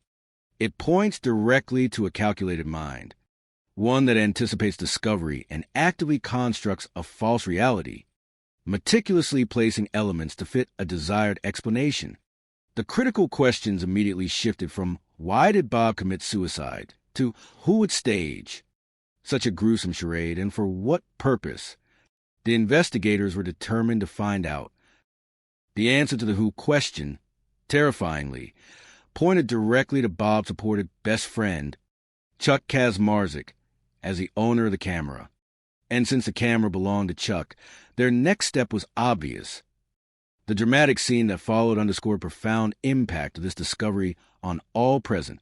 Sheriff Watson walks out with Chuck Kaczmarzyk in handcuffs, literally right past where we were, sitting in the car. The raw shock of this moment for Martha, Ann, and Debbie, sitting just feet away in the patrol car, is palpable, an abrupt confrontation with the reality of an arrest. Martha Ann's reaction was immediate, visceral, and in retrospect, profoundly telling. And then Martha Ann goes ballistic about, well, why are they arresting him? And she says Chuck was his best friend. Chuck would never do anything to harm Bob, never. Her vehement defense of Chuck, her impassioned denial of the capacity for harm, served to further her own insidious game of impression management. She, the very picture composure, became ballistic to protect her co-conspirator, reinforcing her public persona of innocent grief. To the investigators, however, the photographic sequence of Bob's staged death provided undeniable proof of Chuck's deep complicity. But to investigators, the photos of Bob's body made it look like his best friend knew much more about Bob's death.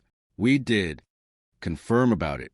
He finally, in his first statement or second statement, he had said that he staged a scene to make it look like a suicide.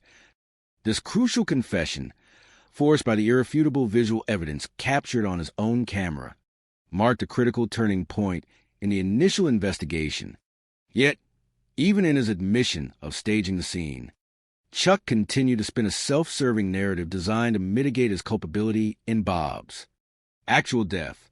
He remained adamantly, perhaps defensively, insistent that Bob was already deceased when he arrived at the house. However, Chuck was adamant that Bob was already dead when he dropped by the house. He had said Bob had died because of the medication. Chuck's justification for engaging in a horrific act of evidence tampering was, in itself, a chilling testament to his twisted moral compass and opportunistic thinking. He claimed that upon discovering his friend dead from an apparent overdose, his primary concern was to ensure that Martha and would receive insurance money from the VA. Therefore, in a supposedly benevolent act, he had staged a scene and taken pictures, so there would be no doubt that Bob's death was a suicide. This rationale, cloaked in the guise of helping a grieving widow secure financial benefits, was a calculated attempt to legitimize his indefensible actions. He further rationalized his photographic efforts. I think he took them because somebody had said, well, wish you had documented this better, what he was like. So he did document it. This purported desire for meticulous documentation, framed as an effort to aid the VA's processes, added another layer of cunning to his explanation, attempting to rationalize a deeply criminal act. Could Chuck's revised story, admitting to staging but denying direct murder, actually contain a kernel of truth? Could Bob, indeed, have died solely from an overdose rather than outright murder? To explore this possibility and to gather more context, investigators brought Martha in for questioning about her husband's demise. Her account, meticulously tailored and seemingly cooperative, served to corroborate Chuck's overdose narrative and provided another layer of plausible, if tragic, explanation for Bob's death. She informed them that Bob had been prescribed antidepressants for his PTSD and that he had been struggling significantly with medication abuse. And she told them that Bob had been on antidepressants for his PTSD and that he'd been abusing the medication. She said that if he took one pill and it made him feel better, that if he would take 2 or 3, his thought process was that he would really feel good. This psychological insight into the potential for recreational or accidental medication abuse, where individuals believe more is better, resonated with patterns observed in some substance misuse cases. Martha claimed this flawed thought process had, in fact, led to severe and life-threatening consequences for Bob. And Martha said that thought process had led to some dangerous results. She said he had had 2 previous overdoses. They had to get in the car and take him to the hospital. This specific detail was critical, establishing a pre-existing pattern, a history that could logically lend credence to an overdose as the cause of death in this instance. Martha account of her husband's documented drug problems, perhaps surprisingly to some, appear to be substantiated by medical records that had previously flown under the radar. Martha account of her husband's drug problems appeared to check out. There were medical records that showed that Bob McClancy had been overdosed several times and taken to the hospital. This corroboration from official medical documents was crucial in maintaining the ambiguity surrounding Bob's death. The medical examiner's findings further clouded the issue, aligning with the pattern Martha described, and based on the medical examiner's findings, Bob's death seemed to fit the overall pattern. The autopsy report said my brother had died of an overdose of drugs. Given this complex tapestry of medical history, Chuck's testimony of a pre-existing overdose, and the autopsy findings, it became exceedingly difficult for the initial investigation to definitively categorize Bob's death. Whether it was actually a suicide or merely an accidental overdose was tough to say. This lingering ambiguity, ironically, served as a temporary protective shield, obscuring the true criminal intent behind the careful staging of the scene. However, the lack of immediate, conclusive evidence of outright foul play in Bob's direct cause of death did not fully exonerate Chuck from legal culpability. His actions in tampering with the crime scene, irrefutably captured on camera, remained a clear violation of law. But the apparent lack of any foul play in Bob's death didn't mean that Chuck was off the hook just. Yet, he was charged with tampering with evidence. Martha reaction to these charges was notably strong and, in retrospect, highly suggestive of a deeper connection. She became incensed, actively attempting to rally support for her purported friend. Martha was incensed by the charges and tried to rally support for Bob's friend.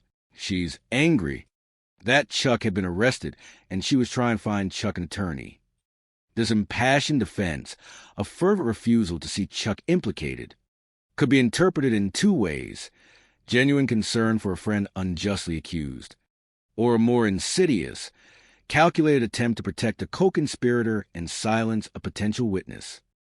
Ultimately, however, Chuck's initial legal troubles proved short-lived, a frustrating setback for the pursuit of justice. But in the end, the charges were dropped. Those charges were dismissed because the Monroe County Sheriff's Department did not have a search warrant when they initially looked at those photos on the camera. This critical procedural error, a misstep in the initial handling of evidence, provided an unfortunate legal loophole for Chuck.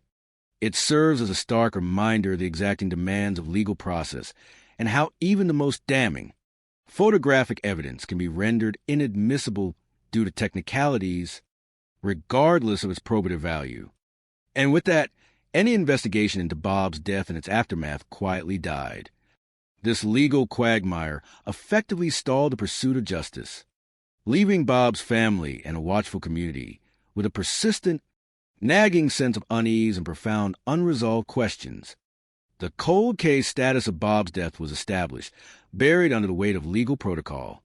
Yet the intuitive conviction that something was not right continued to fester, a silent, enduring testament to the power of perception and the relentless march of time that would eventually uncover buried truths.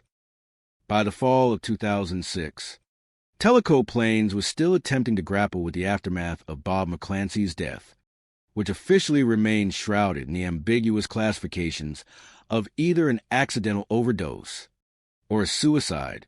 It had been a little more than 5 months since Martha and McClancy's husband, Bob, died in their farmhouse in Tellico Plains, Tennessee, the victim of what appeared to be either an accidental overdose or suicide. The grim tableau of his passing, as originally encountered, remained etched in memory. The police found Bob sprawled out in a chair with the pills in one hand and a .38 caliber in the other. This imagery underscored the official, yet profoundly unsatisfying, narrative that the community was expected to accept. In the immediate wake of Bob's death, his close friend Chuck Kaczmarzyk maintained a conspicuously frequent presence at the McClancy home. His stated reason for remaining close to Martha and was seemingly compassionate and practical. She was having to take care of this large property and all of these animals. He would come to the house and help her. This portrayal of supportive friend assisting a grieving widow with the demands of rural life initially seemed entirely natural, a gesture of community solidarity. However, the sheer constancy and duration of Chuck's presence, the seamless transition from best friend to live-in helper, eventually began to transcend the boundaries of platonic support and familial compassion. What started as subtle shifts in observation slowly escalated into open speculation within the tight-knit community. And while it seemed natural for Chuck to help his friend's widow, his constant presence began to raise some eyebrows. At first I thought just friends, and then you hear people in the communities talking. I could see there was something going on there. The quiet murmurs of small-town gossip, fueled by intuitive observation and the shared history of an intimate community, started to converge on a single, unsettling conclusion. The two of them were together, not just consoling one another, not just helping each other through the grief process, that they were actually together as a couple. The speed and apparent ease with which their relationship blossomed, strikingly eschewing any respectful period of mourning, became a significant psychological trigger for suspicion. Before long, their burgeoning intimacy was no longer covert. It became undeniably public. Before long, they didn't even try to hide it. They got married that fall. The timing of this marriage, a mere 5 months after Bob's death, served as a jarring, almost scandalous, punctuation mark on a story already rife with unanswered questions and profound unease. For Bob's sister, this hasty remarriage ignited a potent, fiery blaze of suspicion. The rapid metamorphosis of Chuck from her brother's best friend to his widow's new husband led her to a chilling, undeniable question. Could their relationship have begun while Bob was still alive? And if so, what terrifying implications did that hold for the circumstances of Bob's death? Coming just 5 months after her brother's death, the marriage made Bob's sister suspicious of Martha and had her relationship with Chuck started while Bob was still alive. And if so, did it have anything to do with Bob's death? This was not the Martha, and that I knew. This does not make sense. The different things that she's telling you, you have to face fact that she was involved in it. This powerful declaration, infused with profound personal anguish and a deeply rooted sense of betrayal, marked a definitive and irreversible shift in perception for those closest to the victim. The psychological portrait of Martha, and revealed through these callous actions, was becoming one that simply could not be reconciled with her public image. The Monroe County authorities, despite their prior investigative setbacks, also shared these burgeoning suspicions. The abrupt remarriage, the apparent lack of genuine or prolonged mourning from Martha, and all triggered subtle red flags for experienced law enforcement. However, their hands remained tied by the previous legal entanglement. But with the photos of Bob's body ruled inadmissible and without any other evidence of foul play, there was little they could do. Law enforcement was not able to go forward with any type of prosecution. This legal quagmire, the procedural roadblock that negated crucial evidence, highlighted the frustrating complexities often encountered in the pursuit of justice, where clear indications of wrongdoing are neutralized by technicalities. Despite these severe limitations, the seeds of suspicion were irrevocably sown, simply awaiting the opportune moment for reinvestigation. The cold case persisted, dormant but not dead, a testament to the fact that truth, however deeply buried, often finds a way to resurface. Released from immediate legal constraints due to the dismissal of the tampering charges and confident that they had successfully evaded justice, Martha and Chuck embarked on a brazen new chapter, one that starkly contrasted with their former simple life. They purchased an expensive motorhome and spent the next several years living a life of luxurious itinerancy, free to make a fresh start. Martha and Chuck bought a motorhome and spent the next several years traveling. They would tour the country in this expensive motorhome and take cruises and live a very lavish lifestyle, just going from one reunion to another. This conspicuous display of wealth, incongruous with their previously stated financial needs and employment, immediately raised profound questions about the source of their seemingly endless funds. Chuck, leveraging his fraudulent military history, transformed himself into a public figure, a self-proclaimed war hero. He would appear at veteran events, give seminars, and offer advice to veterans based on all of his experiences and credentials. Chuck's publicly touted credentials certainly sounded impressive, even awe-inspiring.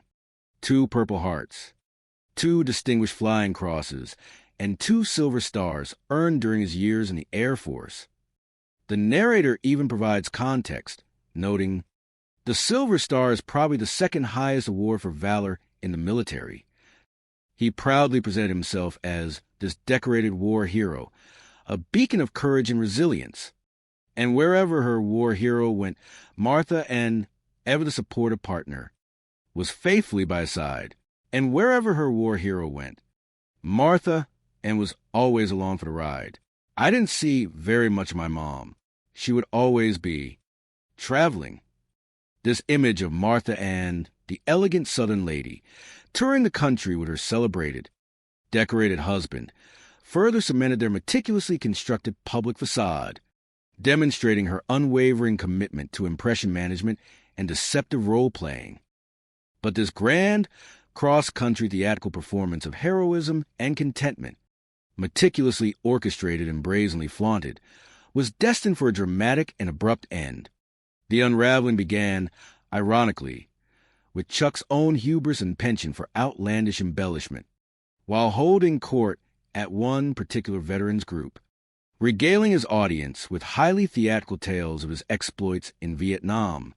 He uttered a critical falsehood, a single misstep that proved to be his undoing. The trouble began with something Chuck said while regaling one veterans group with tales of his exploits in Vietnam. He was telling his stories about how he had earned combat awards from the Vietnam operation that were classified awards. The specific detail, the audacious claim of classified awards, proved to be his fatal flaw, triggering immediate alarm bells for a discerning and knowledgeable member of his audience. The veteran correctly identified the blatant fabrication. There is no such thing as a classified decoration or award. This astute observation, made by someone deeply familiar with military protocols, shattered the credibility of Chuck's entire elaborate narrative. This seemingly small slip, a moment of over-the-top fabrication, proved to be the Achilles' heel in a lifetime of carefully constructed deception. The subtle, satirical irony here is profound. A master con artist brought down not by elaborate investigative work initially, but by his own insatiable desire for recognition and his overestimation of his audience's credulity. Suspicious of Chuck's patently false claims, the discerning veteran in the audience acted on his intuition, contacting the Department of Veterans Affairs to report the discrepancy. This seemingly minor inquiry set in motion a meticulous, official investigation. The investigation was launched by Air Force Special Operations Command. What this thorough inquiry eventually revealed was profoundly shocking and utterly devastating too. Chuck's fabricated identity, peeling back layers of meticulously constructed fraud. And the investigation revealed that all of Chuck's medals were fake. Chuck was never wounded. He was never shot at. He manufactured his own false orders. Special orders to award him all these decorations. The depth of the sustained deception was staggering, exposing Chuck as a serial liar, a man who had built his entire public persona, his entire lavish lifestyle, on a foundation of stolen valor. The psychological insight here is crucial. For some con artists, the allure of an idealized self, one that commands respect, admiration, and even sympathy, becomes an overriding addiction, leading them to construct increasingly elaborate and ultimately unsustainable fabrications. The question then naturally arose: why would Chuck go to such extreme lengths to fake his military decorations? Was it simply for the bragging rights, for the empty satisfaction of appearing heroic and venerated, or was there far more tangible, insidious financial motivation behind his meticulously fabricated military career? The answer, as the diligent investigators painstakingly uncovered, pointed directly to outright fraud and systematic exploitation. He was claiming post-traumatic stress for the purpose of getting money-added VA benefits, and he was soon receiving about $3,200 a month from the government. Free money. This revelation exposed the true cynicism and cold calculation behind Chuck's elaborate charade. He systematically exploited the very system designed to support genuine veterans, those who had truly sacrificed and suffered for their country. This significant, consistent influx of unearned funds provided the financial bedrock for the couple's lavish lifestyle, clearly explained by the magnitude of their criminal enterprise. And the investigators suspected Martha and had helped him fake the documents and take the money. They lived lavishly. Travels did not need to work. They stole hundreds and hundreds of thousands of dollars of taxpayer money. This level of calculated, sustained fraud transforms their actions from mere deception into a profound betrayal of public trust, their extravagant lifestyle funded by the very taxpayers they sought to deceive. The narrator, reflecting on the sheer scale of this audacious fraud and convergence of two such deeply dishonest individuals, articulates a sense of profound incredulity. How in this universe it ever came to be that two absolutely evil people that were just so crooked would come together it's kind of hard to fathom. This sentiment, a lamentation on the improbable convergence of such moral depravity, underscores the shock and profound human disappointment in witnessing such deliberate malfeasance. And then, in July of 2012, the long, inexorable arm of the government finally extended its reach to demand accountability. And in July of 2012, the government came looking for a little payback. They were arrested for fraud, both of them. Martha and in Chuck's cross-country grand tour of false heroism concluded not with accolades, but with the stark reality of handcuffs. Neither of them thought the charges. They both pled guilty and received sentences to serve in federal court. Their admission of guilt definitively closed a chapter on their fraudulent careers, at least in the eyes of federal law, marking the end of their era of impunity. Martha and was subsequently sentenced to 20 months in prison, facing the cold, hard reality of incarceration for her crimes. Once convicted in federal court, Martha, and ever the strategist, remained acutely focused on mitigating her financial losses and preserving her assets, demonstrating her characteristic pragmatism and avarice, even from behind prison bars. Martha assigns a power of attorney to her son to take care of all of her affairs and all of her property while she's serving her federal sentence. The narrator astutely speculates on her underlying motivation. I think she was trying to evade forfeiture. This action underscored Martha and's enduring preoccupation with financial control and protection, even in the direst of personal circumstances. However, this seemingly innocuous act of delegating authority would, with a twist of profound irony, unexpectedly backfire, ultimately leading to the dramatic reopening of Bob's cold case and her eventual unmasking as a murderer. The unforeseen catalyst for this critical reinvestigation originated directly from her own son, while meticulously sifting through his mother's belongings and affairs, a necessary task stemming from his new power of attorney.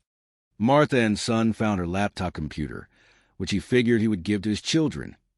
This seemingly benevolent gesture, transforming a piece of his mother's past into a functional tool for his children's future, inadvertently set the stage for the dramatic unearthing of profoundly disturbing secrets. Before handing it over, however, a paternal instinct for caution prompted him to review its contents, ensuring it was suitable for his children's use. I started to go through the files to make sure it would be okay to use. It was during this diligent and painstaking review that Sean stumbled upon a discovery so profoundly shocking, so utterly horrifying, that it would forever alter his understanding of his mother and irrevocably reshape the trajectory of the long-dormant investigation into Bob McClancy's death. But Sean found something unexpected lurking on his mother's hard drive. I found photos of my stepdad, Bob, deceased. These were not just any photos. They were the very images that had haunted the initial investigation, the irrefutable visual evidence of a staged crime scene that had been rendered inadmissible in Chuck's prior case for evidence tampering. They were copies of the photos that had been thrown out of court when Chuck was arrested for evidence tampering in 2006. The pictures, once seen, were indelible in their horror and profound in their implications. They depicted a macabre scene of deliberate manipulation. They were disturbing. His body seemed to be moved around. There were things that did not look normal. The detailed description of the unnaturalness of the scene, observed through the dispassionate lens of the camera, brought a chilling and undeniable clarity to what had once been merely a gut feeling or unproven suspicion. A critical and profoundly unsettling question immediately arose from this discovery, echoing through the halls of investigation. Why would these exact photographs, seized by the police during the initial inquiry, reside on Martha Ann's personal computer? The mere existence of these images on her device was a profound revelation, a missing piece of the puzzle that dramatically altered the entire context of the case. But why would the photos, which had been confiscated by police, be on Martha Ann's computer? Did the fact that Martha Ann had the pictures mean Chuck hadn't acted alone? I didn't know that my mom had anything to do with these pictures. Sean's internal turmoil, The deep psychological distress of confronting such an unbearable possibility about his own mother was palpable. Could these damning pictures truly imply that his mother, the elegant grandmother and devoted churchgoer, had been directly involved in Bob McClancy's death? Confronted by profound and deeply unsettling implications of his discovery, Sean made an agonizing and profoundly courageous decision. He chose truth and justice over the comforting, yet deceptive, veil of familial loyalty. He contacted the authorities, presenting them with the evidence that would blow open the cold case. Concerned, Sean contacted the authorities. I realize this is not something that I or my family should be looking at. This act of moral fortitude, though personally excruciating, underscored the powerful, often painful, triumph of conscience in the face of immense familial pressure. His revelation provided the crucial impetus the Monroe County authorities needed, allowing them to overcome their previous legal stalemates. The Monroe County authorities reopened the case because the implication that Martha and might have helped Chuck, the digital breadcrumbs, the undeniable photographic evidence now directly linked to Martha and pointed to a possibility far more sinister than mere evidence tampering. They pointed to the possibility that together they had done more than just stage the scene after Bob's death. We were taking a very close look at Martha and being a part of conspiracy to kill Bob. Indeed, Bob's sister, whose suspicions had never truly abated over the long decade, harbored an even more chilling and specific theory about Martha and's role in her brother's death. She suspected Martha and was not merely an accomplice, but the malevolent architect of the plot. In fact, Bob's sister suspected Martha and might have been more than just a co-conspirator. She was a very smart woman, so I could picture her planning something out like this and Chuck going along with it. This perspective painted Martha, and not just as a participant, but as the orchestrating force, the mastermind behind the malevolent scheme. Her perceived intelligence and meticulous nature, qualities once admired as indicators of her capability, were now recast as the very tools of her cold, calculated cruelty, suggesting a mind capable of intricate, long-term plotting. However, to move beyond strong suspicion and compelling theory, the investigators needed unequivocal proof of Martha and direct involvement. They devised a cunning plan. Enlisting Sean's courageous cooperation in a carefully orchestrated undercover operation, they asked him to make a monitored phone call to Martha and who was still serving her federal sentence for fraud while they listened in. It was an emotionally excruciating request for Sean, a test of his resolve and his commitment to truth, but he agreed, driven by a desperate, lingering hope that his mother might somehow clear her name, and he agreed, hoping that she might clear her name in the process. I felt that would be a good chance for her, if she didn't do anything, to come out with what's exactly happened. This poignant hope for a mother's absolution underscores a profound psychological pain of Sean's position. But when Sean made the call, carefully bringing up the topic of the incriminating pictures he had found on her laptop, Martha's response was swift, instinctive, and utterly, damningly unambiguous. I asked her, what should I do with them? She said, delete them. Delete as much as you can off of the computer. This instruction, a chilling imperative to destroy crucial evidence, shattered Sean's fragile hope into a million pieces. There was no surprise, no explanation, no protest of innocence, only a direct, self-preserving command to erase the truth. This uncalculated, immediate reaction was far more psychologically telling than any outright confession could have been. It spoke volumes about her guilt and her ruthless determination to conceal her involvement. I felt that my mom had a lot more to do with this than what she said. That realization was devastating for Sean, a moment of profound personal trauma as his understanding of his mother, his entire familial foundation, crumbled around him. That realization was devastating. I couldn't believe that my mom would be capable of doing such a thing. The truth, delivered directly by his own mother's words, confirmed the darkest fears. leaving him reeling in disbelief and anguish. However, a single, incriminating phone call, while powerfully suggestive, might not be enough on its own to convince a jury of Martha and's guilt in a murder charge, especially given her composed demeanor. Hoping for more direct and compelling leverage, the investigators turned their attention once more to Chuck Kaczmarzyk, who was serving his 30-month sentence in federal prison for fraud charges. It was a high-stakes gamble, relying on the testimony of a convicted con man whose credibility was, by nature, suspect. But Chuck, perhaps recognizing the insurmountable weight of the new evidence stacking up against both him and Martha, or perhaps seeing an opportunity to negotiate a more lenient sentence for himself, delivered far more than the investigators had dared to expect. And Chuck gave them more than they expected. Chuck, as Marzak, said that Martha and wanted to get rid of Bob. This direct and explicit accusation from a co-conspirator was an undeniable breakthrough, finally shattering the remaining ambiguities and lingering doubts surrounding Bob's death.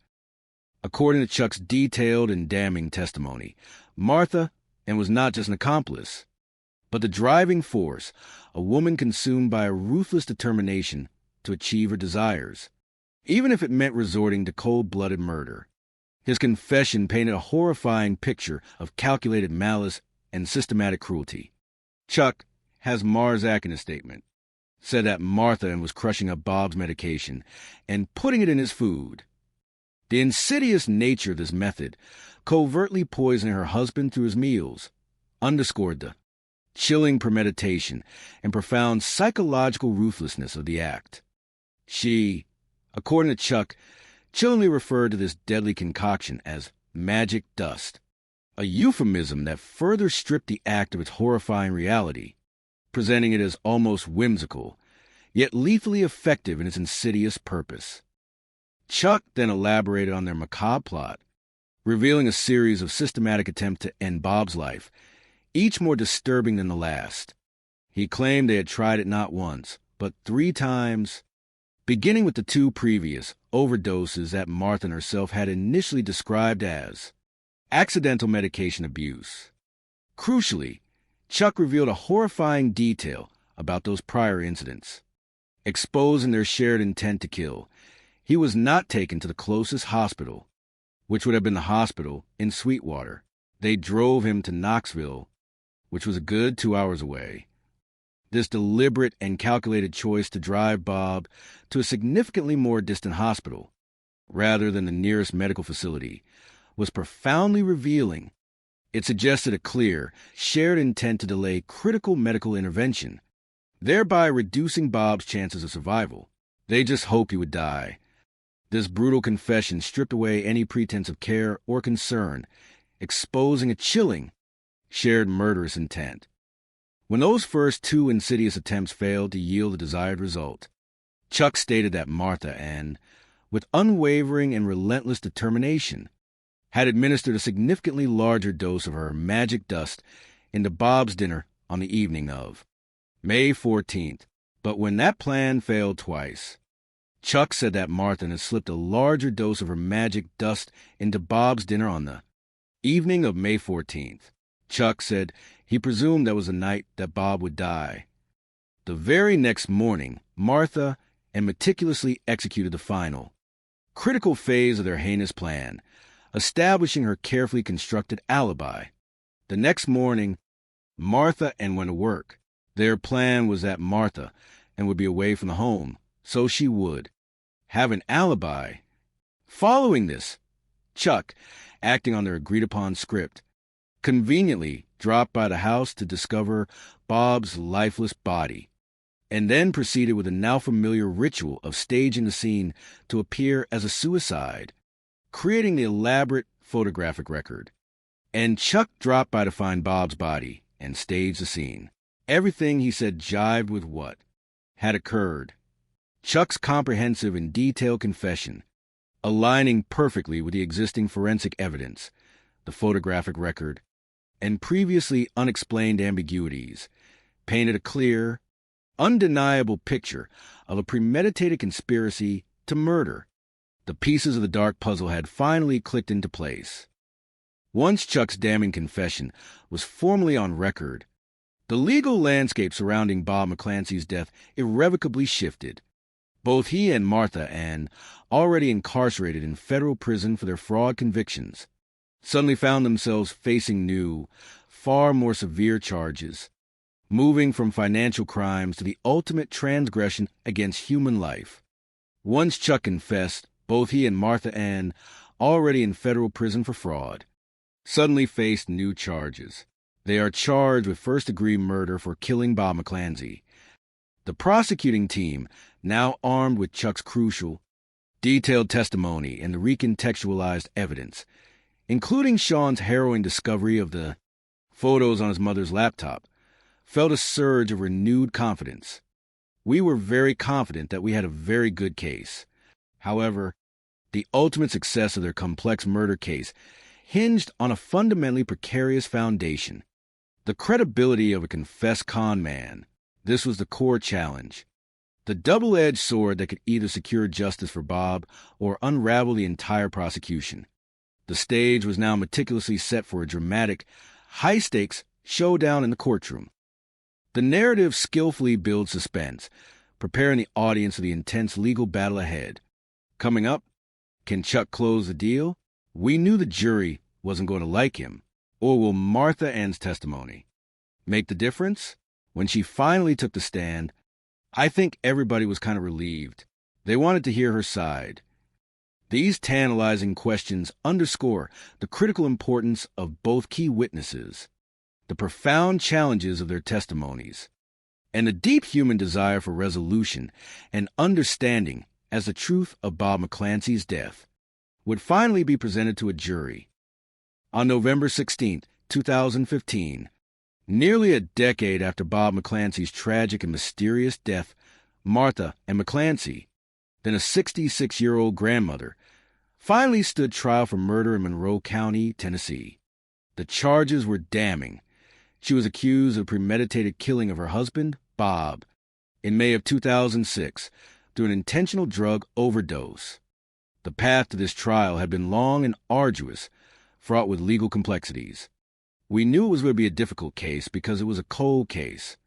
The passage of years inexorably erodes memories, degrades physical evidence, and creates immense challenges for prosecution, requiring tenacity and ingenuity from the investigative and legal teams. Beyond the inherent difficulties of a cold case, the prosecution faced a formidable and psychological obstacle: Martha Ann herself. Her carefully cultivated public image, a lifetime's work of impression management, served as a powerful shield against the heinous accusations. And that wasn't the only obstacle they faced. There was also the fact that Martha Ann didn't look. Like a killer, she comes walking in with a walker. This image of physical frailty, coupled with her serene composure, was a masterstroke in manipulation. She was just grandmotherly. She was very well-spoken and calm and nice. She was trying to come off as this little innocent person. This self-presentation was a deliberate, calculated performance, meticulously designed to evoke sympathy, challenge preconceived notions of what a killer looks like, and thereby sow doubt in the minds of the jury. It played directly into societal stereotypes, a brilliant, if malevolent, use of psychological warfare in the courtroom. However, in their opening statement, the prosecution directly confronted this manufactured image, revealing its sinister underlying truth. They boldly asserted that Martha Ann's grandmotherly exterior was, paradoxically, precisely what made her so lethally effective and so dangerous. They told the jury that she had calmly, quietly killed her husband, and no one had ever suspected what was happening. This painted a chilling portrait of a cold, calculating killer operating with ruthless efficiency in plain sight, leveraging her trusted position and benign appearance to commit murder without immediate detection. The method of murder was precisely as Chuck had confessed. Bob McClancy died by being over-medicated with his PTSD drugs. She would take those drugs and grind them up and put them in his food. The image of her calmly, perhaps even meticulously, preparing and administering the magic dust to her unsuspecting husband, transformed her into a terrifying figure of domestic malevolence, a villain concealed within the guise of a nurturing homemaker. The motive, according to the prosecution, was chillingly simple, yet deeply rooted in common human vices, avarice and illicit desire. And why did she do it? The answer was simple. According to the prosecution, prior to the death of Bob McClancy, Martha and Chuck Kaczmarzyk started having an affair. The revelation of this clandestine relationship provided the classic love triangle motive, definitively stripping away any pretense of innocent friendship between Martha and Chuck. But the prosecutors forcefully argued, merely conducting an affair was not sufficient for Martha Ann. Her ambition, coupled with her ruthless pragmatism, demanded a more permanent solution. And, according to the prosecutors, having an affair wasn't enough for Martha Ann. She decided she'd rather be with Chuck than with her husband. This decision, rather than leading to a conventional separation or divorce, veered sharply into the darkest corners of human depravity. The prosecution offered a psychological perspective on the powerful allure Chuck held from Martha, and which seemingly transcended their shared criminality. She wasn't as much of a homebody as Bob was, and so I believe that she felt Chuck had all these experiences. I think he was just very charming to her, and I think she saw an opportunity in Casimir that she didn't see in Bob at that point. This offers a nuanced view. Perhaps Martha Ann, despite her carefully cultivated homemaker facade, inwardly chafed under the simple, routine existence she shared with Bob. Chuck, with his fabricated heroism, his tales of adventure, however fraudulent, and his charming demeanor, might have represented a more exciting, less constrained future, one that resonated with her deep-seated desire for more, for a life that was elevated and free, even if built entirely on a foundation of lies. It was typical love triangle, and Bob had to go. This blunt and unequivocal summation underscored the prosecution's central theory. Bob was simply an obstacle to her desires, and therefore an expendable figure. The obvious question, then, was, why not simply seek a divorce if she merely desired to be with Chuck? The prosecution's answer unveiled another layer of Martha Ann's ruthless pragmatism and profound avarice. According to the prosecution, Martha Ann didn't consider that an option. She wanted everything now. This revealed an inherent impatience and an insatiable desire for immediate gratification, a clear preference for circumventing the legal and financial complexities of a divorce that would undoubtedly divide assets and delay her desires. She possessed, the prosecution compellingly argued, the very means to achieve this illicit goal through calculated manipulation, and she had the means to get it, too. When Bob McClancy was having health issues, he had given power of attorney to Martha, and this crucial grant of legal authority, intended for compassionate care during Bob's illness, was, the prosecution claimed, perverted into a tool for brazen financial exploitation and outright fraud. She borrowed it. It was a cut and paste to create this will. This accusation of forgery, the meticulous creation of a falsified will, further amplified Martha Ann's deep criminality, illustrating her willingness to engage in sophisticated, multi-layered deceit to achieve her financial objectives. The prosecution asserted that this forged will, allegedly created by Martha Ann, ensured that she inherited almost everything, effectively and cruelly disinheriting Bob's biological family. In that will, Bob's daughter had received only $1. His sister had received only $1. The cold-blooded and calculated nature of this financial manipulation was further evidenced by the methodical execution of these paltry bequests. She sent the $1 to each one of them, telling them that that's what Bob had wanted. This final act, a seemingly magnanimous distribution of a mere token amount, further insulted Bob's grieving family. implying a callous disregard for their emotional distress while maintaining Martha Ann's complete control over the narrative of Bob's final wishes. It underscored the depth of her psychological manipulation and her desire to dictate perceptions, even in the aftermath of a murder.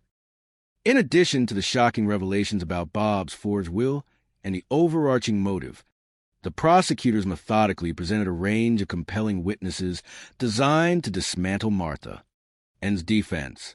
A key witness was Martha Ann's own son, Sean. His testimony, deeply painful and fraught with internal conflict, centered on his harrowing discovery of the incriminating pictures of Bob's deceased body on his mother's computer and her subsequent chilling and unambiguous instruction to delete them. Testifying against my mom was one of the worst and hardest things that I've had to do. This raw honesty and the profound personal anguish it conveyed provided the jury with a powerful, emotionally resonant account from someone intimately affected by the crime, adding immense weight to his testimony. The prosecutors also called Martha Ann's former friend, Debbie Hartman, to the stand. She testified about the nature and timing of Martha Ann's relationship with Chuck, providing an outsider perspective that aligned with the prosecution's timeline. She testified about Martha Ann's relationship with Chuck. I don't know what the attraction was there. Instantly, I do believe that the affair started while Bob was still alive. Debbie's testimony corroborated the timeline of the illicit relationship, further cementing the narrative of betrayal that preceded Bob's death.